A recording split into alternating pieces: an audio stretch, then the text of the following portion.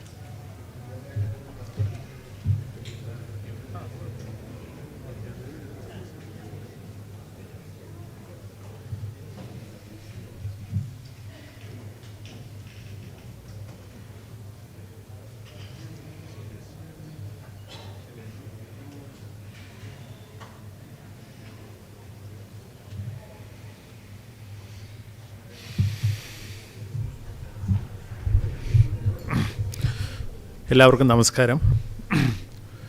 നമുക്ക് ആരംഭിക്കാം. പ്രിയപ്പെട്ട ജോർജ് സാർ, വേദിയിലും സദസ്സിലുമുള്ള വിശിഷ്ട അതിഥികളെ, ഇന്ന് പ്രൊഫസർ കെ ജോർജിൻ്റെ ഓട്ടോബയോഗ്രഫിയായ a journal of my life എന്നതിൻ്റെ പ്രകാശന കർമ്മമാണ് ഇവിടെ നടക്കാൻ പോകുന്നത്. ഈ ചടങ്ങ് centre for socio economic and environmental സ്റ്റഡീസും Gulati institute of finance and ടാക്സേഷനും ജോർജ് സാറിൻ്റെ സുഹൃത്തുക്കളും ചേർന്നാണ് ഈ ചടങ്ങ് ഓർഗനൈസ് ചെയ്തിരിക്കുന്നത്. എൻ്റെ കടമ എല്ലാവരെയും സ്വാഗതം ചെയ്യുക എന്നുള്ളതാണ്.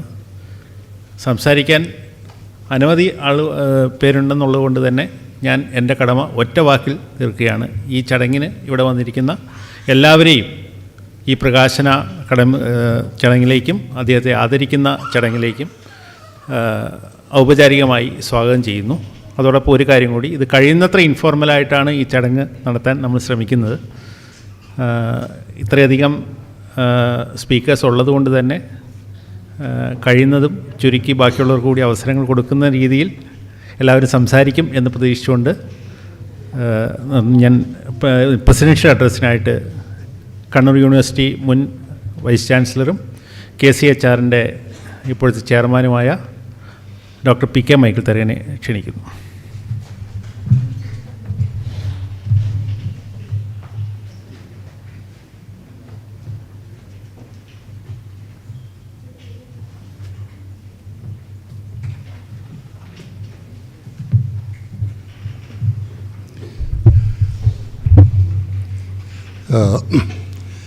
ബഹുമാനപ്പെട്ട പ്രൊഫസർ KK ജോർജ്, വേദിയിലും സദസ്സിലും ഉള്ള എല്ലാ പ്രമുഖ വ്യക്തികളെയും ഓരോരുത്തരുടെയും പേരെടുത്ത് പറഞ്ഞു കഴിഞ്ഞാൽ തന്നെ അത് തന്നെ ഒരു പ്രസംഗത്തിനുള്ള സമയം എടുക്കും എന്നെനിക്ക് തീർച്ചയുണ്ട്. അതുകൊണ്ട് തന്നെയാണ് ഞാൻ പേര് പറയാൻ മടിക്കുന്നതും. പ്രൊഫസർ KK ജോർജിൻ്റെ ജീവിതം പോലെ തന്നെയാണ് അദ്ദേഹത്തിൻ്റെ ആത്മകഥയും എന്ന് എനിക്ക് ആദ്യമേ പറയേണ്ടി വരുന്നു. ജീവിതം പോലെ തന്നെ സരളവും, ജീവിതം പോലെ തന്നെ തുറന്നതും, ജീവിതം പോലെ തന്നെ മറ്റുള്ളവർക്ക് താല്പര്യം ഉണ്ടാക്കുന്നതുമായിട്ടുള്ള ഒരു രചനയാണ്. ഇത്തരം രചനകൾ വളരെ ചുരുക്കമായിട്ടേ നമ്മുടെ ആത്മകഥാ സാഹിത്യ രംഗത്ത് തന്നെ കാണാറുള്ളൂ എന്നാണ് എനിക്ക് തോന്നിയിട്ടുള്ളത്. പറയുന്നത് എല്ലാം സത്യമാണെന്നുള്ള കാര്യത്തിൽ ആർക്കും സംശയം ഉണ്ടാകേണ്ട കാര്യമേ ഇല്ല. പറയുന്ന രീതിയും നമ്മൾ കേട്ട് അറിഞ്ഞിട്ടുള്ള രീതിയിൽ തന്നെ, വേങ്ങൂർ ഞാൻ പറയുന്ന രീതിയിൽ തന്നെ ആയിരിക്കണം ഗ്രാമത്തെ വിളിക്കുന്നത് എന്ന് ഞാൻ കരുതുകയാണ്. വേങ്ങൂർ ഗ്രാമത്തിൽ നിന്നും ഒരു കൃഷിക്കാരൻ്റെ മകനായി കേരളത്തിൻ്റെ അക്കാദമിക ജീവിതത്തിൽ വലിയ സ്ഥാനങ്ങളെന്ന് ഞാൻ ഉദ്ദേശിക്കുന്നത് സ്ഥാനത്തിൻ്റെ വലിപ്പമല്ല, അദ്ദേഹം അതിൽ പ്രവർത്തിച്ചതുകൊണ്ട് ആ സ്ഥാനങ്ങൾക്ക് ലഭിച്ചിട്ടുള്ള വലിപ്പമാണ്. വലിയ വലിയ നേട്ടങ്ങൾ കൊയ്യുകയും അതിൻ്റെ അടിസ്ഥാനമായിട്ടുണ്ടായിരുന്നത് കുട്ടികളെ പഠിപ്പിക്കുക. കുട്ടികളെ അദ്ദേഹം കണ്ട പലരെയും കുട്ടികളായിട്ട് തന്നെയാണ് കണ്ടതെന്ന് വേണം കരുതാനായിട്ട്. പ്രായം ഒരു പരിധിയായിരുന്നു എന്നെനിക്ക് തോന്നിയിട്ടില്ല. കുട്ടികളെ പഠിപ്പിക്കുക എന്ന അടിസ്ഥാനമായ ഉത്തരവാദിത്വം ഏറ്റവും ഭംഗിയായിട്ട് പല തലങ്ങളിൽ അദ്ദേഹം ചെയ്തിരുന്നു എന്നുള്ള കാര്യത്തിൽ ആർക്കും സംശയമില്ല. അദ്ദേഹത്തിൻ്റെ ഗ്രന്ഥം വായിക്കാൻ തുടങ്ങിയപ്പോൾ എനിക്ക് ആദ്യം ഒരു ചെറിയ നിരാശയുണ്ടായി. അതായത് തുടങ്ങിയപ്പോൾ പറയുന്ന കഥ കേരളത്തിലെ സുറിയാനി ക്രിസ്ത്യാനി വിഭാഗത്തിലെ മിക്കവാറും എല്ലാ കുടുംബങ്ങളും പറയുന്ന കഥ തന്നെയാണ്. മഹോദയപുരത്ത് നിന്നും വന്ന ഒരു കൂട്ടരാണ്. അതൊരു ഇപ്പോൾ കേരള കൗൺസിൽ ഓഫ് ഹിസ്റ്റോറിക്കൽ റിസർച്ചിൻ്റെ ചെയർമാനായിട്ട് പ്രവർത്തിക്കുകയാണ് ഞാൻ. ഞങ്ങളുടെ ലൈബ്രറിയിൽ ഒരു 200-ലധികം പുസ്തകങ്ങളെങ്കിലും ഉണ്ട് ഇതേ വാക്കുകളിൽ തന്നെ തുടരുന്നത്. ഇത് ഞാൻ വിചാരിച്ചു ഇതൊരല്പം നിരാശാജനകമാണല്ലോ. പക്ഷേ അത് കഴിയുമ്പോൾ വേങ്ങൂരിൻ്റെ പുത്രൻ ശരിക്ക് പുറത്തു വരികയും അതോടൊപ്പം ജോർജിൻ്റെ അച്ഛനെ വളരെ വളരെ സട്ടിലായിട്ട് ആണെങ്കിലും വളരെ ശക്തിയായിട്ട് അച്ഛനെയും അമ്മയും കുറിച്ചും പറയുന്നുണ്ട്. പക്ഷേ അച്ഛൻ്റെ ചില തീരുമാനങ്ങളും അച്ഛൻ്റെ ചില നിലപാടുകളുമൊക്കെ അദ്ദേഹത്തിൻ്റെ ജീവിതത്തെ എങ്ങനെ മാറ്റിമറിച്ചു എന്നുള്ളത്, അല്ലെങ്കിൽ എങ്ങനെ അതിനെ നയിച്ചു എന്നുള്ളത് വളരെ വ്യക്തമാക്കുന്നുണ്ട്. ഡോക്ടർ ജോർജിന് കിട്ടിയ ഒരു പ്രധാന നേട്ടം അദ്ദേഹത്തിന് കേരളത്തിന് പുറത്തു പോയി പഠിക്കാൻ സാധിച്ചു എന്നാണ് ഞാൻ വിശ്വസിക്കുന്നത്. അതായത് MA അദ്ദേഹം ചെയ്തത്, MA വരെ അദ്ദേഹം പഠിച്ചത് ഞാനും പഠിച്ച ആലുവ UC കോളേജിനെ കുറിച്ച് അന്നും ഇന്നും മറ്റുള്ളവർ പറയുന്നത് പുവർ ബോയ്സ് ക്രിസ്ത്യൻ കോളേജ് എന്നാണ്. അതായത് റിച്ച് ബോയ്സ് ക്രിസ്ത്യൻ കോളേജ് താമ്പരത്തുണ്ട്, പുവർ ബോയ്സ് ക്രിസ്ത്യൻ കോളേജ്. അവിടെയാണ് ഞാനും ജോർജും BA പഠിച്ചത്. പക്ഷേ ജോർജിന് അത് കഴിഞ്ഞപ്പോൾ താമ്പരത്ത് പോകാനും പഠിക്കാനും സാധിച്ചു. താമ്പരത്ത് പഠിക്കാനും സാധിച്ചതിൻ്റെ പുറകിൽ വളരെ സിഗ്നിഫിക്കൻ്റ് ആയിട്ടുള്ള മറ്റൊരു അർത്ഥം കൂടിയുണ്ട്. അതായത് ഞാൻ പലപ്പോഴും പറഞ്ഞിട്ടുള്ള കഥയാണ്, ഏതെങ്കിലും വീണ്ടും ആവർത്തിക്കുകയാണ്. ഞാൻ പലപ്പോഴും കോളേജുകളിൽ പോകുമ്പോൾ അവിടുത്തെ വിദ്യാർത്ഥികളോട് സാധാരണ ചോദിക്കാറുണ്ട്, കേരളത്തിൽ തന്നെ പഠിച്ച് ഇന്ത്യ മുഴുവൻ അംഗീകരിക്കപ്പെട്ടിട്ടുള്ള സാമൂഹ്യ ശാസ്ത്രജ്ഞന്മാരുടെ പേരുകൾ പറയാമോ എന്ന് ചോദിക്കാറുണ്ട്. മിക്കവാറും അവർക്ക് പേരുകൾ മിക്കതും അറിഞ്ഞുകൂടായിരിക്കും. പിന്നെ എൻ്റെയും കൂടെ സഹായത്തോടുകൂടി, അല്ലെങ്കിൽ എൻ്റെ കൂടെയുള്ള മറ്റധ്യാപകരുടെ സഹായത്തോടുകൂടെ KN Raj, CT Kurian, MGS Narayanan, KN Panicker, ഇങ്ങനെ ഉള്ള പേരുകൾ, അനന്ത കൃഷ്ണ അയ്യർ, ഇങ്ങനെയുള്ള പേരുകൾ. പക്ഷേ ഈ പേരുകൾ ഒരിക്കലും 10-ൽ കൂടിയിട്ടില്ല, 10-ൽ കുറവാണ്. അപ്പോൾ ഈ 10 പേരുടെ പേര് പറഞ്ഞു കഴിയുമ്പോൾ ഞാൻ സാധാരണ ചോദിക്കുന്നൊരു ചോദ്യം, ഇവരിൽ എത്ര പേർ കേരളത്തിൽ പോസ്റ്റ് ഗ്രാജുവേഷൻ ചെയ്തിട്ടുണ്ട്? അപ്പോൾ അവർക്ക് അറിഞ്ഞുകൂടാ. അപ്പോൾ ഞാൻ വളരെ ശക്തിയായിട്ടും അവരുടെ മനസ്സിൽ നിൽക്കത്തക്ക വിധത്തിലും ഞാൻ പറയാറുള്ള കാര്യം, ഇതിൽ ഒരാളും പോസ്റ്റ് ഗ്രാജുവേഷൻ ചെയ്തിട്ടുള്ളത് കേരളത്തിലെ കോളേജുകളിലല്ല. അപ്പോൾ ഇതുകൊണ്ട് നമ്മൾ മനസ്സിലാക്കേണ്ടത്, കേരളത്തിൻ്റെ ഇത് പറയുന്ന, ഞാൻ ഈ വിദ്യാഭ്യാസ രംഗത്ത് പ്രവർത്തിച്ച ആളാണ്, ജീവിതകാലം മുഴുവൻ ആ രംഗത്ത് തന്നെ പ്രവർത്തിച്ചതാണ്. അതുകൊണ്ട് ഈ കുറ്റം മറ്റുള്ളവരെക്കുറിച്ചല്ല പറയുന്നത്, എന്നെപ്പോലെയുള്ള വിഡ്ഢികളെക്കുറിച്ച് തന്നെയാണ് പറയുന്നത്. ഈ കഴിഞ്ഞ കാലങ്ങളിൽ കേരളത്തിലെ എല്ലാ മാനേജ്മെൻറ്റിനും പോസ്റ്റ് ഗ്രാജുവേറ്റ് കോളേജുകളുണ്ട്, പോസ്റ്റ് ഗ്രാജുവേറ്റ് ക്ലാസ്സുകളുണ്ട്. പക്ഷേ ഇവിടുത്തെ പോസ്റ്റ് ഗ്രാജുവേറ്റ് എഡ്യൂക്കേഷനിൽ ഒരാളെപ്പോലും ഇന്ത്യ മുഴുവൻ അംഗീകരിക്കുന്ന ഒരാളാക്കാൻ സാധിച്ചിട്ടില്ല എന്നുള്ളതാണ് നമ്മൾ ഈ ഇതിൽ നിന്നും മനസ്സിലാക്കേണ്ടത്. അപ്പോൾ അതേസമയം ഇതിൽ 6 പേർ പഠിച്ചത് ഈ താമ്പരത്തെ ക്രിസ്ത്യൻ കോളേജിലാണ്. അപ്പോൾ പാലക്കാട് കഴിഞ്ഞ് കിട്ടിക്കഴിഞ്ഞാൽ മലയാളിക്ക് പെട്ടെന്ന് ബുദ്ധി ഉദിച്ചു എന്ന് നമുക്ക് വിശ്വസിക്കാൻ പറ്റില്ല. ബുദ്ധി പണ്ടേ ഉണ്ടായിരുന്നു കാണും. അത് വികസിച്ചത് താമ്പരത്തിൻ്റെ ആ സാഹചര്യത്തിലായിരിക്കണം എന്നാണ് എനിക്ക് തോന്നിയിട്ടുള്ളത്. എന്തായാലും അങ്ങനെ ഒരു പ്രത്യേക അവസരം അദ്ദേഹത്തിന് കിട്ടിയത് അദ്ദേഹത്തിന് ഒരു മുതൽക്കൂട്ടായി.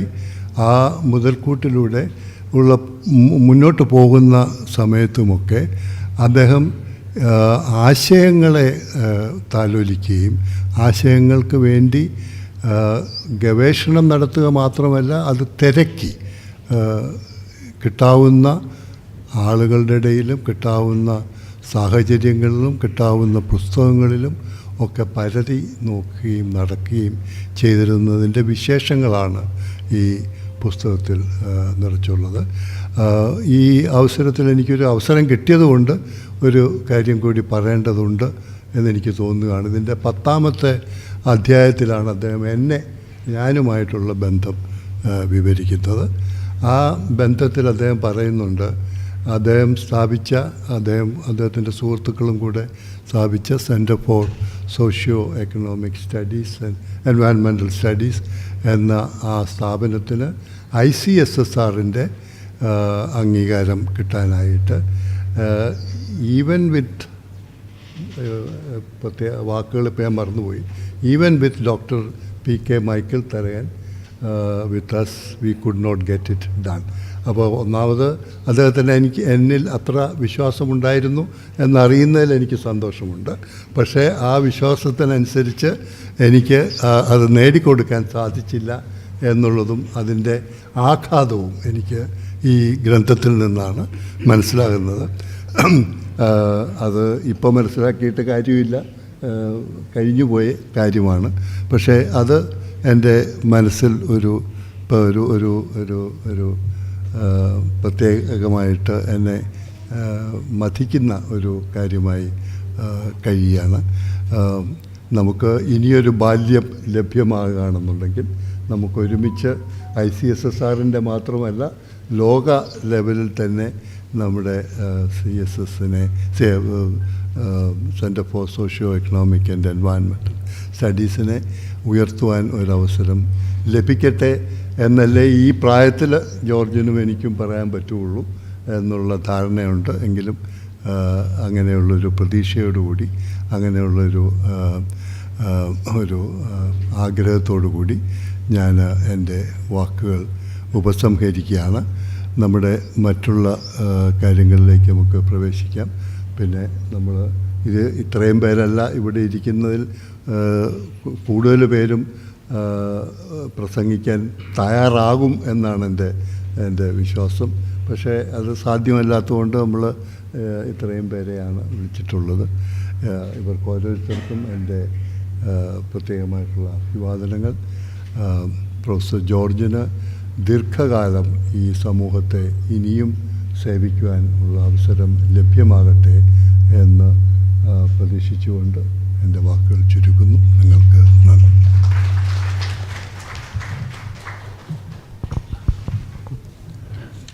To introduce George Sir's autobiography, A Journal of My Life, to the audience, I request Professor Jayaprakash Raghavaiah, former faculty of CRES Kozhikode, to address the audience.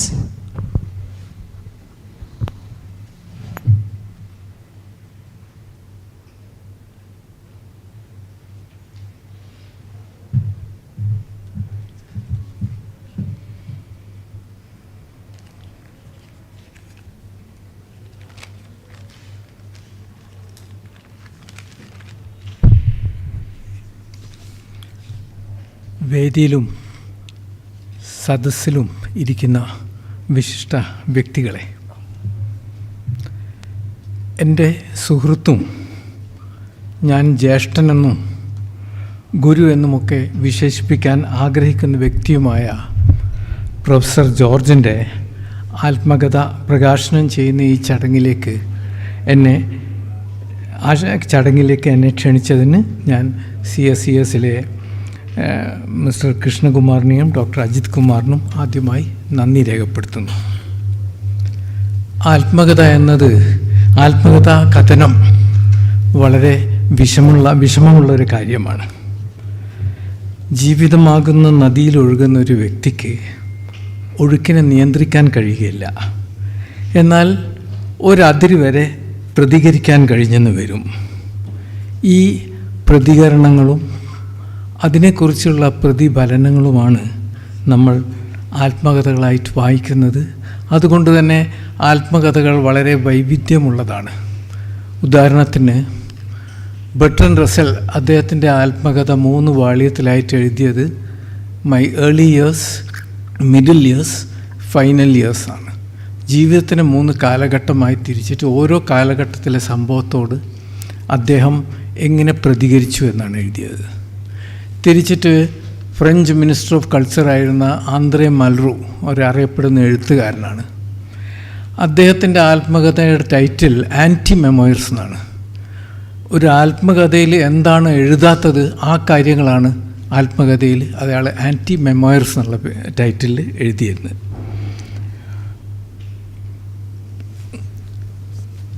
ഒരു ആത്മകഥ എഴുതുന്ന വ്യക്തിക്ക് തൻ്റെ സത്വം ഏതതിര് വരെ പൊതുവായനക്ക് കൊടുക്കാമെന്ന് തീരുമാനിക്കേണ്ടി വരും. കാരണം ഒരാൾക്കും പിറകോട്ട് തിരിയാതെ തൻ്റെ പുറം വശം കാണാൻ കഴിയില്ല. എന്നാൽ ഈ സംഘർഷങ്ങളൊന്നും ഡോക്ടർ ജോർജ് അനുഭവിച്ചിട്ടില്ല. കാരണം അദ്ദേഹം ആത്മകഥ എഴുതാൻ ഉദ്ദേശിച്ചിരുന്നില്ല എന്ന് തന്നെ. ഒരു ന്യൂറോളജിക്കൽ പ്രശ്നം കൊണ്ട് അദ്ദേഹം ബോധരഹിതനായി 2 ദിവസം ബോധമില്ലാതെ കിടന്നു. അതിനുശേഷം ബോധം തിരിച്ചു കിട്ടിയപ്പോൾ ഓർമ്മശക്തി ഒരുവിധം പരിപൂർണമായിട്ട് തന്നെ നഷ്ടപ്പെട്ടതായിട്ടാണ് കണ്ടത്. ഓർമ്മ തിരിച്ചു കൊണ്ടുവരാൻ വേണ്ടി ഡോക്ടർ സജസ്റ്റ് ചെയ്ത ഒരു തെറാപ്യൂട്ടിക് എക്സസൈസാണ് ഏറ്റവും അടുത്ത് കഴിഞ്ഞ കാര്യങ്ങളെക്കുറിച്ചിട്ട് ആദ്യം എഴുതുക, അത് കഴിഞ്ഞിട്ട് ഓർമ്മയിൽ പിറകോട്ട് പോകുക എന്നുള്ളത്. എന്നാൽ ഇതും അല്പം വിഷമമുള്ള കാര്യമായിരുന്നു. കാരണം ഒന്ന്, കൈകൾക്കൊരു വിറയുള്ളത് കൊണ്ട് എഴുതാൻ ബുദ്ധിമുട്ടുണ്ട്. അതാർക്കെങ്കിലും ഡിക്റ്റേറ്റ് ചെയ്തു കൊടുക്കണം. ഈ പ്രശ്നം ഇവിടെ വന്നിട്ടുള്ള നമ്മുടെ സുഹൃത്ത് ബെൻ റോയ്സ് പരിഹരിച്ചു. രണ്ടാമത്തത്, ആദ്യകാലത്തെങ്കിലും ഒരു സ്ഥലകാല ഭ്രാന്തി വരും. അതായത് ഓർമ്മകൾ ശരിയായിട്ട് പ്രവർത്തിക്കുന്നുണ്ടാവില്ല. ഇന്നലെ എന്താണ് എഴുതിയത് എന്നുള്ളതിനെ പറ്റിയിട്ട് ഇന്നും ബോധമുണ്ടാവില്ല. അങ്ങനെയൊക്കെ പ്രയാസങ്ങളുണ്ടായിരുന്നു. എന്നാൽ എഴുത്ത് തുടർന്നതോടുകൂടി കഴിഞ്ഞ കാലം ഡോക്ടർ ജോർജിൻ്റെ മുമ്പിൽ അവതരിക്കുകയായിരുന്നു. അറിഞ്ഞിരുന്ന വ്യക്തികൾ സംസാരിക്കാൻ തുടങ്ങി. ഒടുവിൽ ആത്മകഥയുടെ അവസാനം എത്തുമ്പോഴത്തേക്കും അവരോട് സംസാരിക്കാതിരിക്കാൻ ആവശ്യപ്പെടേണ്ട അവസ്ഥയിൽ തന്നെ എത്തി. ഈ ആത്മകഥയുടെ ഘടന എന്താണ്? പല വെട്ടലും തിരുത്തലുമായിട്ട് രാംമോഹനും ഞാനും കൂടി ഇത് റിവ്യൂ ചെയ്ത് പല പ്രാവശ്യം റിവ്യൂവും പുനർവായിക്കുകയും ഒക്കെ ചെയ്തിട്ടുണ്ട്. അതിൻ്റെ ഘടന ഒരു സീക്വൻസിലേക്ക് കൊണ്ടുവരാനുള്ള ശ്രമമായിരുന്നു. എഴുതിയിരുന്നതിൽ നിന്ന് മറിച്ചിട്ട് അവസാനം എഴുതിയത് ആദ്യത്തെ ചാപ്റ്ററും അവിടുന്ന് മുന്നോട്ടേക്ക് അടുത്തടുത്ത ചാപ്റ്ററിലേക്ക് പോകുന്ന രീതിയിലാണ് ചെയ്തത്. എന്നാൽ ഈ ആത്മകഥ നമ്മൾ നോക്കുകയാണെങ്കിൽ ഒരു കോൺസെൻട്രിക് സർക്കിളുമായി തോന്നും. ഒരു ചെറിയ വൃത്തം, അതിൻ്റെ അപ്പുറത്ത് വലിയ വൃത്തം, അതിനെക്കാട്ടും വലിയ വൃത്തം. അപ്പോൾ ഈ ചെറിയ വൃത്തമാണ് മുമ്പ് പ്രൊഫസർ മൈക്കിൾ തരകൻ പറഞ്ഞ വേങ്ങൂർ ജീവിതം. അത് നല്ല രസകരമായിട്ട് അവതരിക്കുന്നുണ്ട്. കാടും നാടും ഇട കലർന്ന് ജീവിക്കുന്നു. വീടുകൾക്ക് ചുറ്റും മതിലുകളില്ല, ധാരാളം മഴ, ധാരാളം കൃഷിസ്ഥലങ്ങൾ, മാത്രമല്ല ആ കാർഷിക ജീവിതത്തിൻ്റെ ഭാഗമായിട്ട് ജീവിക്കാനുള്ള ഒരു ഭാഗ്യം എല്ലാം അതിൽ പ്രതിഫലിക്കുന്നുണ്ട്. പിന്നീട് അവസാനമായപ്പോൾ ഒരു ചാപ്റ്ററിൽ ഇതേ ഗ്രാമത്തിലേക്ക് തിരിച്ചു പോകുമ്പം ഈ ഗ്രാമം എങ്ങനെയെല്ലാം മാറി എന്തെല്ലാം രൂപങ്ങളിലേക്ക് അത് വന്ന് അത് യഥാർത്ഥത്തിൽ ആധുനിക കേരളത്തിൻ്റെ ഒരു ഛേദമുഖം തന്നെയാണ് ഇത് പറയുന്നത്. ഇത് കഴിഞ്ഞിട്ട് അടുത്ത കോൺസെൻട്രിക് സർക്കിളിലേക്ക് വരുമ്പം വിദ്യാഭ്യാസം, പള്ളിക്കൂടം, അത് കഴിഞ്ഞിട്ട് വരുന്നത് UC കോളേജിലുള്ള അനുഭവങ്ങൾ, അത് കഴിഞ്ഞിട്ട് മദ്രാസ് ക്രിസ്ത്യൻ കോളേജ് ഞാനും പഠിച്ച സ്ഥലം തന്നെയാണ്. അത് ജോർജിന് വലിയൊരു അനുഭൂതിയോ വലിയൊരു കാഴ്ചപ്പാടുണ്ടാക്കുന്ന ഒരു കാര്യമായിരുന്നു മദ്രാസ് ക്രിസ്ത്യൻ കോളേജ് പോകുന്നത്. എന്നാൽ ജീവിതത്തിലൊരു വഴിത്തിരിവ് എന്ന് പറയുന്നതോ അല്ലെങ്കിൽ ജീവിതത്തിൽ അദ്ദേഹത്തിൻ്റെ ഒരു ഇടം കണ്ടെത്തുക എന്നുള്ളതൊക്കെ സംഭവിക്കുന്നത് ഞാൻ കാണുന്ന രീതിയിൽ സ്റ്റേറ്റ് ബാങ്കിൽ ഇക്കണോമിക് ആൻഡ് സ്റ്റാറ്റിസ്റ്റിക്കൽ റിസർച്ച് ഡിപ്പാർട്ട്മെൻറ്റിൽ വരുമ്പോഴാണ്. സ്റ്റേറ്റ് ബാങ്കിൽ ഒരു പ്രൊബേഷണറി ഓഫീസറായി ജോയിൻ ചെയ്യുന്ന എല്ലാവർക്കും നേരിടേണ്ട ദുർഗതികൾ ആദ്യകാലത്ത് അനുഭവിച്ചിട്ടുണ്ട്. ഞാനും ആ രീതിയിൽ പോയിട്ടുള്ള ആളാണ്. സ്റ്റേറ്റ് ബാങ്ക് ഓഫീസറായി ജോയിൻ ചെയ്തതാണ്. കാരണം അന്നത്തെ സാഹചര്യത്തിൽ ഒരുപാട് എതിർപ്പുണ്ടായിരുന്നു ഡയറക്റ്റ് റിക്രൂട്ടിനെതിരായിട്ട്. എന്നാൽ ഈ ENSR ഡിപ്പാർട്ട്മെൻറ്റ് പ്രത്യേകത എന്താണെന്ന് വെച്ചാൽ, ഒന്ന് നല്ലൊരു ലൈബ്രറി സംവിധാനമുണ്ട്. രണ്ടാമത്തത് മനസ്സിനെ ബുദ്ധിയെ ചാലഞ്ച് ചെയ്തുകൊണ്ടിരിക്കുന്ന പണികളാണ്. ഉദാഹരണത്തിന് ഒരു പ്രൊജക്റ്റ് വരുന്നത് മാനേജ്മെൻറ്റിന് ലേബറുമായിട്ട് നെഗോഷിയേഷൻ നടത്താൻ വേണ്ടിയിട്ട് changes in the real wages of bank employees of different cadres. ഇത് അന്ന് മെത്തഡോളജിയെ പറ്റിയൊന്നും നമ്മളധികം ചിന്തിക്കുന്നില്ല. ചെയ്ത് കണ്ടുപിടിക്കുകയാണ് ഏതാണ് ഇതിൻ്റെ മെത്തഡോളജി ആയിട്ട് വേണ്ടതെന്നുള്ളത്. മാത്രമല്ല ഈ കോളേജുകളിൽ നടക്കുന്നതായിട്ടുള്ള വ്യത്യാസം എന്താണെന്ന് വെച്ചാൽ, ചുരുങ്ങിയ സമയത്തിൻ്റെ ഉള്ളിൽ ഒരു റിസൾട്ട് കൊണ്ടുവരണം. 3-4 ദിവസത്തിൻ്റെ ഉള്ളിൽ വളരെ അധ്വാനിച്ചിട്ടും ചിന്തിച്ചിട്ടും ഒക്കെ ഉണ്ടാക്കണം. അതുമാതിരി ഒരു ഉദാഹരണം കൂടെ പറയാം. ഇപ്പോൾ ഞങ്ങൾ അവിടെയുള്ളപ്പോഴാണ് ബംഗ്ലാദേശിലെ കറൻസിയായ തക്ക അതിൻ്റെ ഡീവാലുവേഷൻ നടന്നത്. മാനേജ്മെൻറ്റിന് വേണ്ടിയിരുന്നത് 2-3 ദിവസത്തിൻ്റെ ഉള്ളിൽ ഒന്ന് ഇന്ത്യയുടെ കയറ്റുമതി ഇറക്കുമതിയിൽ എന്ത് റിസൾട്ടാണ് ഇതുകൊണ്ടുണ്ടാകുക, രണ്ടാമത്തത് സ്റ്റേറ്റ് ബാങ്കിൻ്റെ. അപ്പോൾ ഇതൊക്കെ ചെയ്യാൻ വേണ്ടിയിട്ട് അവിടെ ഒരു സാഹചര്യമുണ്ട്. ഓരോന്നും വ്യത്യസ്തമാണെന്നുള്ളത്. ചിലപ്പം 15 റോസും 15 കോളംസുള്ള വലിയ ഫിഗേഴ്സ് മാത്രമുള്ള ഒരു റിട്ടേൺ കയ്യിൽ വന്നിട്ട് 2-3 ദിവസത്തിൻ്റെ ഉള്ളിൽ ഇത് ഇൻ്റർപ്രറ്റ് ചെയ്ത് ഒരു 10 ഒബ്സർവേഷൻസ് എങ്കിലും കൊണ്ടുവരണം. അത് ഒരുപാട് അധ്വാനമുള്ള കാര്യമാണ്. പക്ഷേ ഞാനവിടെ അദ്ദേഹം ഉള്ള അവസാന വർഷങ്ങളിലാണ് ഞാൻ വന്നത്. മാത്രമല്ല അദ്ദേഹം എൻ്റെ ബോസുമായിരുന്നു. അതുകൊണ്ട് എന്നോട് പലപ്പോഴും വഴക്ക് പറഞ്ഞിട്ടുണ്ട്. താൻ എഴുതാൻ പഠിച്ചിട്ടില്ല, തനിക്ക് ഇംഗ്ലീഷ് അറിയില്ല എന്നൊക്കെ എന്നോട് പറഞ്ഞിട്ടുണ്ട്. അതൊക്കെ വളരെ ശരിയായിരുന്നു എന്നുള്ളത് പിന്നീട് മനസ്സിലായി. അതിൽ നിന്ന് എനിക്ക് പഠിക്കാനും പറ്റിയിട്ടുണ്ട്. ഏതായാലും ഈ എക്സ്പീരിയൻസിന് ശേഷം അദ്ദേഹത്തിന് എന്നെ അറിയായിരുന്നു ഇനി സ്റ്റേറ്റ് ബാങ്കിൽ റെഗുലർ ബാങ്കറായിട്ട് തുടരാൻ പറ്റില്ല എന്ന്. ഇപ്പം നമ്മൾ മാതൃഭൂമിയിലൊക്കെ വായിക്കുന്നുണ്ട് സേതുവിൻ്റെയൊക്കെ ഓട്ടോബയോഗ്രഫി. അയാൾ 2 തോണിയിലും ഒരേമാതിരി കാല് വെച്ച് സുന്ദരമായിട്ട് അയാൾ ജീവിതത്തിൽ 2ലും വിജയിക്കുകയും ചെയ്ത്. എന്നാൽ പലർക്കും അത് കഴിയില്ല. അത് കഴിഞ്ഞിട്ട് 2-3 വർഷമേ ബാങ്കിൽ തുടർന്നുള്ളൂ. പിന്നീട് ഉള്ള അധ്യായങ്ങളിലെല്ലാം ബാങ്ക് വിട്ടുള്ള ജീവിതം, അതായത് ഈ കൺസെൻട്രിക് സർക്കിൾ കഴിഞ്ഞിട്ട് പൊതുവായിട്ട് എന്തെല്ലാം സംഭവിക്കുന്നു എന്നുള്ളതാണ്. അത് എല്ലാം ക്രോണോളജിക്കലാവില്ല. ബാങ്ക് വിട്ടിട്ടുള്ള ജീവിതത്തിൽ ഒന്ന് അദ്ദേഹം ഗവേഷണം പൂർത്തിയാക്കുന്ന ഈ പബ്ലിക് ഫിനാൻസിൽ ഒരു എക്സ്പേർട്ടായിട്ടും ഒരു കൺസൾട്ടൻ്റായിട്ടും അറിയപ്പെടുന്നു. ഇങ്ങനെ പോയി കഴിഞ്ഞാൽ വിദേശ പര്യടനം, വിദേശ സ്കോളർഷിപ്പുകൾ കിട്ടിയിട്ട് വിദേശത്ത് പോയിട്ട് പഠിക്കുന്നു. അങ്ങനെ പിന്നെ അതെല്ലാം കഴിഞ്ഞിട്ട് 20 കൊല്ലം മുമ്പായിരിക്കണം റിട്ടയർ ചെയ്ത് കഴിഞ്ഞതിന് ശേഷം 2 അനുഭവങ്ങളുണ്ട്.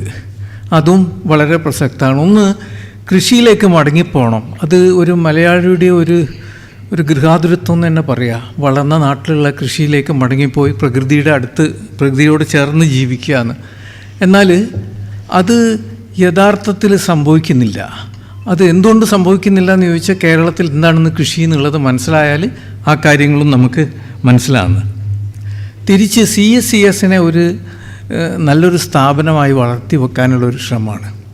ഞാനും ഈ CSOസുമായിട്ട് ബന്ധപ്പെട്ടിട്ടുള്ളൊരു വ്യക്തിയാണ്. ഈ സ്ഥാപനത്തിൻ്റെ ശക്തി എന്താണെന്ന് ഞാൻ ഇന്ന് നല്ലവണ്ണം മനസ്സിലാക്കുന്നത്. സർവേകൾ, അത്തരത്തിലുള്ള എംപിരിക്കൽ വർക്ക്, ക്വാണ്ടിറ്റേറ്റീവ് വർക്ക് ഇത്ര എഫിഷ്യൻ്റായിട്ട് ചെയ്യാൻ പറ്റുന്ന ഒരു സ്ഥാപനം ഞാൻ കണ്ടിട്ടില്ല. ഞാൻ യൂണിവേഴ്സിറ്റിയിൽ കണ്ടിട്ടുണ്ട് ഇത്തരം വർക്കുകൾ ചെയ്യുന്നത് എങ്ങനെയാണെന്ന് കണ്ടിട്ടുണ്ട്. എന്നാൽ ഇത് വളരെ ഫോക്കസ്ഡായിട്ട് ചെയ്യാനുള്ളൊരു എക്സ്പെർട്ടൈസ് അവർ വളർത്തിയെടുത്ത് യഥാർത്ഥത്തിൽ കുറേയും കൂടെ അവർക്ക് സപ്പോർട്ട് പ്രൊഫസർ മൈക്കൽ തരകം പറഞ്ഞ മാതിരിയും ഒക്കെ ഗവൺമെൻറ്റിൽ നിന്നുള്ളൊരു സപ്പോർട്ട് ആവശ്യമായിരുന്നു. എന്നാൽ ആ സപ്പോർട്ട് അതിലൂടെ വന്നില്ല. ഏതായാലും ആ CSCSനെ വളർത്തിയെടുത്തതിൽ വലിയൊരു പങ്ക് അദ്ദേഹത്തിനുണ്ട്. പിന്നെ ചില അധ്യായങ്ങളിൽ അദ്ദേഹം സുഹൃത്തുക്കളെക്കുറിച്ച് എഴുതുന്നു. സുഹൃത്തുക്കളെക്കുറിച്ച് എന്ന് പറഞ്ഞാൽ സുഹൃത്തുക്കളെക്കുറിച്ച് എഴുതണമെങ്കിൽ സുഹൃത്ത് ബന്ധത്തിന് എന്ത് വില കൊടുത്തിട്ടുണ്ട് എന്നുള്ളതാണ് അതിൻ്റെ പിന്നിലുള്ളത്. കാരണം സുഹൃത്തുക്കളുടെ കയ്യിൽ നിന്ന് നാം വാങ്ങുക മാത്രമല്ല, ധാരാളം കൊടുക്കുകയും ചെയ്യും. അപ്പോൾ ഇതൊക്കെ നോക്കുമ്പോൾ പിന്നെ അദ്ദേഹത്തിൻ്റെ പരിസ്ഥിതി പ്രവർത്തനങ്ങളെക്കുറിച്ചിട്ട് ഒരു ചാപ്റ്റർ ഉണ്ട്. പരിസ്ഥിതിയുമായിട്ട് ബന്ധപ്പെട്ട ലോക്കലായിട്ട് ആക്ടിവിസ്റ്റായിട്ട് വർക്ക് ചെയ്യുന്നതിൻ്റെ ചാപ്റ്ററുണ്ട്. അപ്പോൾ ഇതെല്ലാം കൂട്ടി വെക്കുമ്പോൾ എന്താണ് കാണുന്നത്? ജീവിച്ച ലോകത്തിനോട് പ്രതികരിച്ചും കൊണ്ട് ജീവിച്ച ഒരു വ്യക്തിയാണ്. എന്നാൽ ഈ ആത്മകഥയിൽ പിഴവുകളൊന്നും ഇല്ലയെന്ന് ചോദിക്കുകയാണെങ്കിൽ അത് നമുക്ക് പറയാൻ പറ്റില്ല. ഉദാഹരണത്തിന് എന്നെ അല്പമെങ്കിലും ചിന്തിക്കുകയും ചിപ്പിക്കുകയോ അസ്വസ്ഥമാക്കിയ ഒരു കാര്യം ഉണ്ടായിരുന്നു. അദ്ദേഹം വിയറ്റ്നാമിൽ പോകുന്നു. ഈ സാമ്രാജ്യത്വത്തോട് 50 കൊല്ലം പടവെട്ടിയ ജനതയാണത്. 20 ലക്ഷം ആളുകളുടെ ജീവനത്തിൻ്റെ വില കൊടുത്ത രാജ്യമാണ്.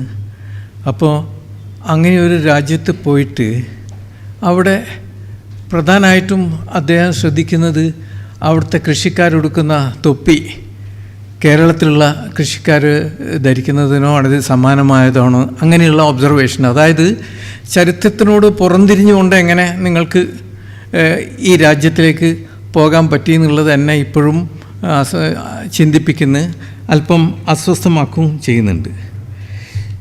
പിന്നെ അവസാനമായിട്ട് പറയാനുള്ളത്, ജോർജ് തൻ്റെ ജീവിതത്തിൽ മുഴുവൻ ദൈവത്തിൻ്റെ അദൃശ്യ കരങ്ങൾ കാണുന്നു.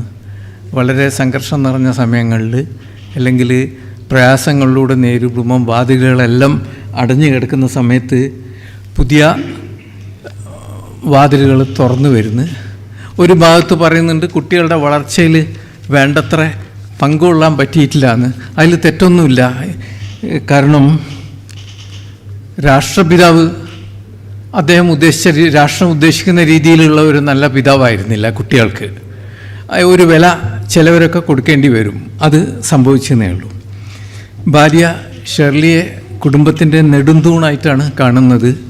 ഒരിടത്ത് പറയുന്നു, ഞങ്ങൾ തമ്മിൽ ഒരു കാര്യത്തിലെ അഭിപ്രായ വ്യത്യാസമുള്ളൂ എന്ന്. ആ കാര്യം എന്താണെന്ന് മനസ്സിലാക്കാൻ ദോഷകൃക്കായ ഞാൻ ശ്രമിച്ചു, അതിൽ പരാജയപ്പെടുകയും ചെയ്തു.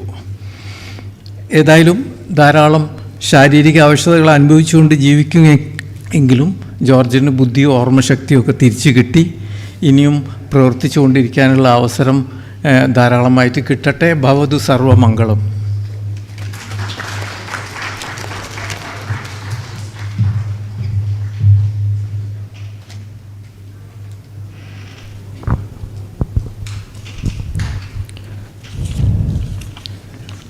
For receiving the book after release, we have amongst us Honorable Justice C.N. Ramachandran Nair. I request Sir to address the gathering.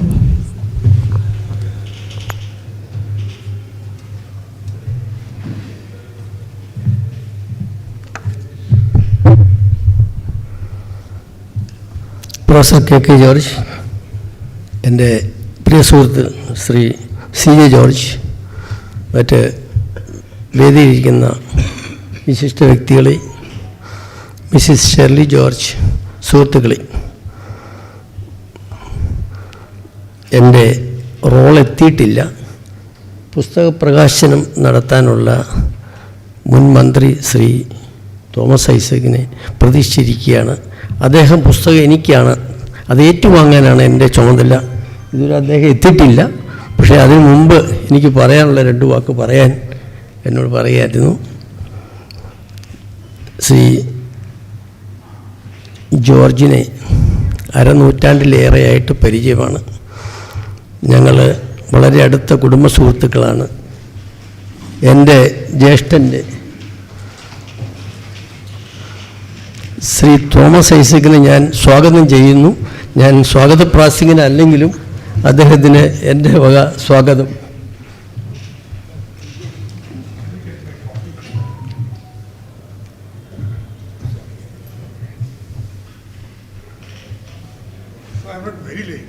No, not at all. I was just telling you are arriving.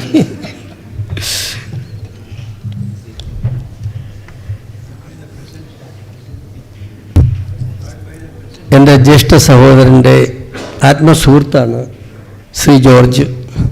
അദ്ദേഹത്തെ ഞങ്ങൾ സ്നേഹത്തോടെ daddy എന്നാണ് വിളിക്കുന്നത്.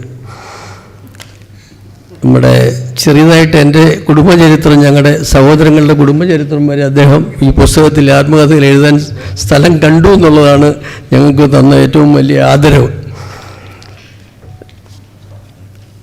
ശ്രീ ജോർജിനെ ഒരു bank മാനേജറായിട്ട് എനിക്ക് വളരെ അടുത്തറിയാം. ഞാൻ കേസില്ലാതെ നടന്ന കാലത്ത് ഒരിക്കൽ ചോദിച്ചു ശ്രീ ജോർജിനോട്, അന്ന് അദ്ദേഹം വെല്ലിംഗ്ടൺ ഐലൻഡ് ബാങ്കിൽ മാനേജറാണ്, സ്റ്റേറ്റ് ബാങ്ക് ഓഫ് ഇന്ത്യയിൽ. ഡാഡി ഒരു ക്ലീൻ അഡ്വാൻസ് തരാമോ എന്ന് ചോദിച്ചു. ഓടി, ഒരു അഭിഭാഷകനോട് ഓടി ചോദിക്കുക സാധാരണ പതിവില്ലാത്ത കാര്യമാണ്.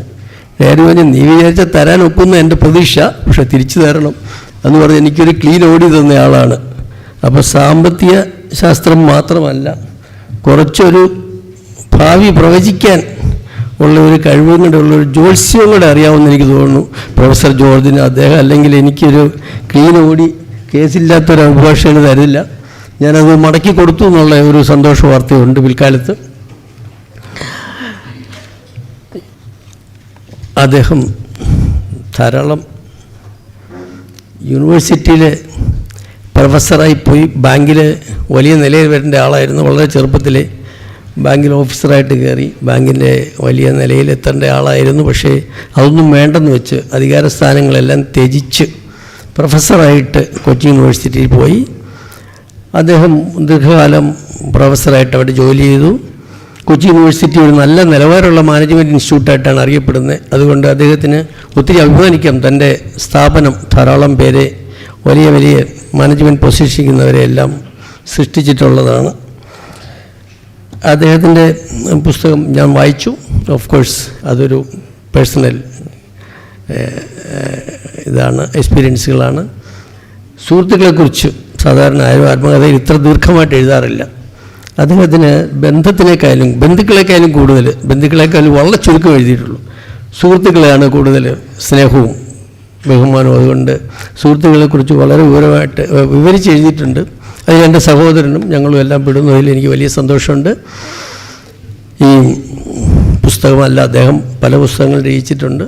സാമ്പത്തിക ശാസ്ത്രത്തിൽ ധാരാളം പുസ്തകങ്ങൾ എഴുതിയിട്ടുള്ള ആളാണ് അദ്ദേഹം. ഇനിയും രചന നടത്തും, എനിക്ക് പ്രതീക്ഷയുണ്ട്. നമ്മുടെ ഇവിടെ ഇന്ന് കൂടിയിരിക്കുന്നതിൽ നമ്മുടെ മുൻ ധനമന്ത്രി ഉൾപ്പെടെ സാമ്പത്തിക കാര്യ വിദഗ്ധർ, മാനേജ്മെൻറ്റ് വിദഗ്ധരൊക്കെയാണുള്ളത്. ഒരു ലീഗൽ പ്രൊഫഷനിൽ നിന്നുള്ള ചുരുക്കം പേരിൽ ഒരാളാണ് ഞാൻ.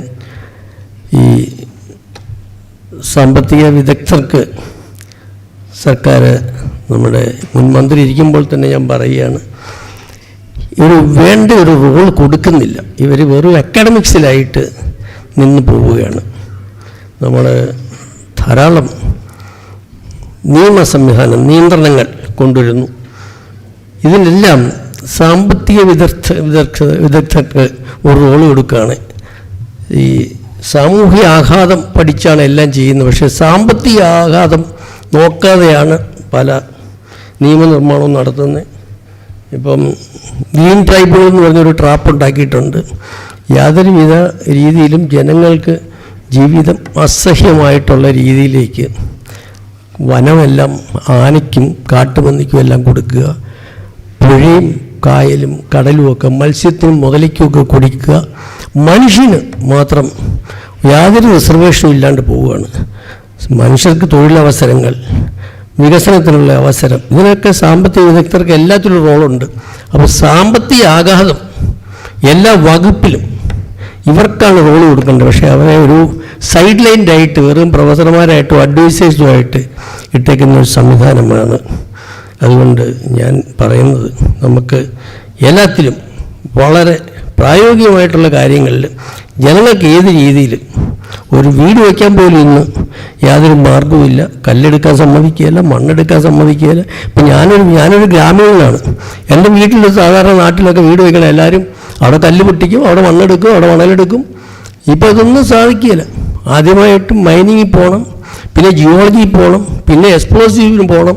ഒരു കരിങ്കല്ല് പൊട്ടിച്ച് വീടിന് തറ കെട്ടാൻ സാധിക്കുകയില്ല. അങ്ങനത്തെ സ്ഥിതിവിശേഷമാണ് ഇന്ന് നമ്മുടെ നിയമനിർമ്മാണത്തിലൂടെ സാധിച്ചിരിക്കുന്ന. പരിസ്ഥിതി സംരക്ഷണം, എല്ലാ സംരക്ഷണവും ഉണ്ട്. മനുഷ്യൻ്റെ ജീവിതം ദുസ്സഹമായി മാറിക്കൊണ്ടിരിക്കുന്ന സ്ഥിതിവിശേഷമാണ്. സാമ്പത്തിക വിദഗ്ധരെയൊക്കെ ഏത് രീതിയിൽ മനുഷ്യൻ്റെ ജീവിതം നല്ല രീതിയിലാക്കാം, തൊഴിലവസരങ്ങൾ സൃഷ്ടിക്കാം. അപ്പോൾ അതുകൊണ്ട് സാമ്പത്തിക ആഘാതം എങ്ങനെയെന്നുള്ളത് ചോദിച്ച് മനസ്സിലാക്കാൻ ഇവരെ എല്ലാം കൂട്ടണമെന്നാണ് എൻ്റെ ഒരു വ്യക്തിപരമായ അഭിപ്രായം. ഞാൻ സാമ്പത്തിക വിദഗ്ധരുടെ ഈ വേദിയിൽ അത് പറയുകയാണ്. നന്ദി. എന്നെ ഇതിലേക്ക് വിളിച്ച് ഈ പുസ്തകം നമ്മുടെ മുൻ ധനകാര്യമന്ത്രി ഇന്ന് ഏറ്റുവാങ്ങാനാണ് എന്നെ വിളിച്ചിരിക്കുന്നത്. അതിപ്പോൾ അദ്ദേഹം എത്തിക്കഴിഞ്ഞു. നമുക്ക് ആ ചടങ്ങിലേക്കായിരിക്കും ഇനി പോകുന്നത്. ഡാഡി ഇനിയും പുസ്തകങ്ങൾ എഴുതട്ടെ എന്ന് ആശംസിക്കുന്നു. നന്ദി, നമസ്കാരം.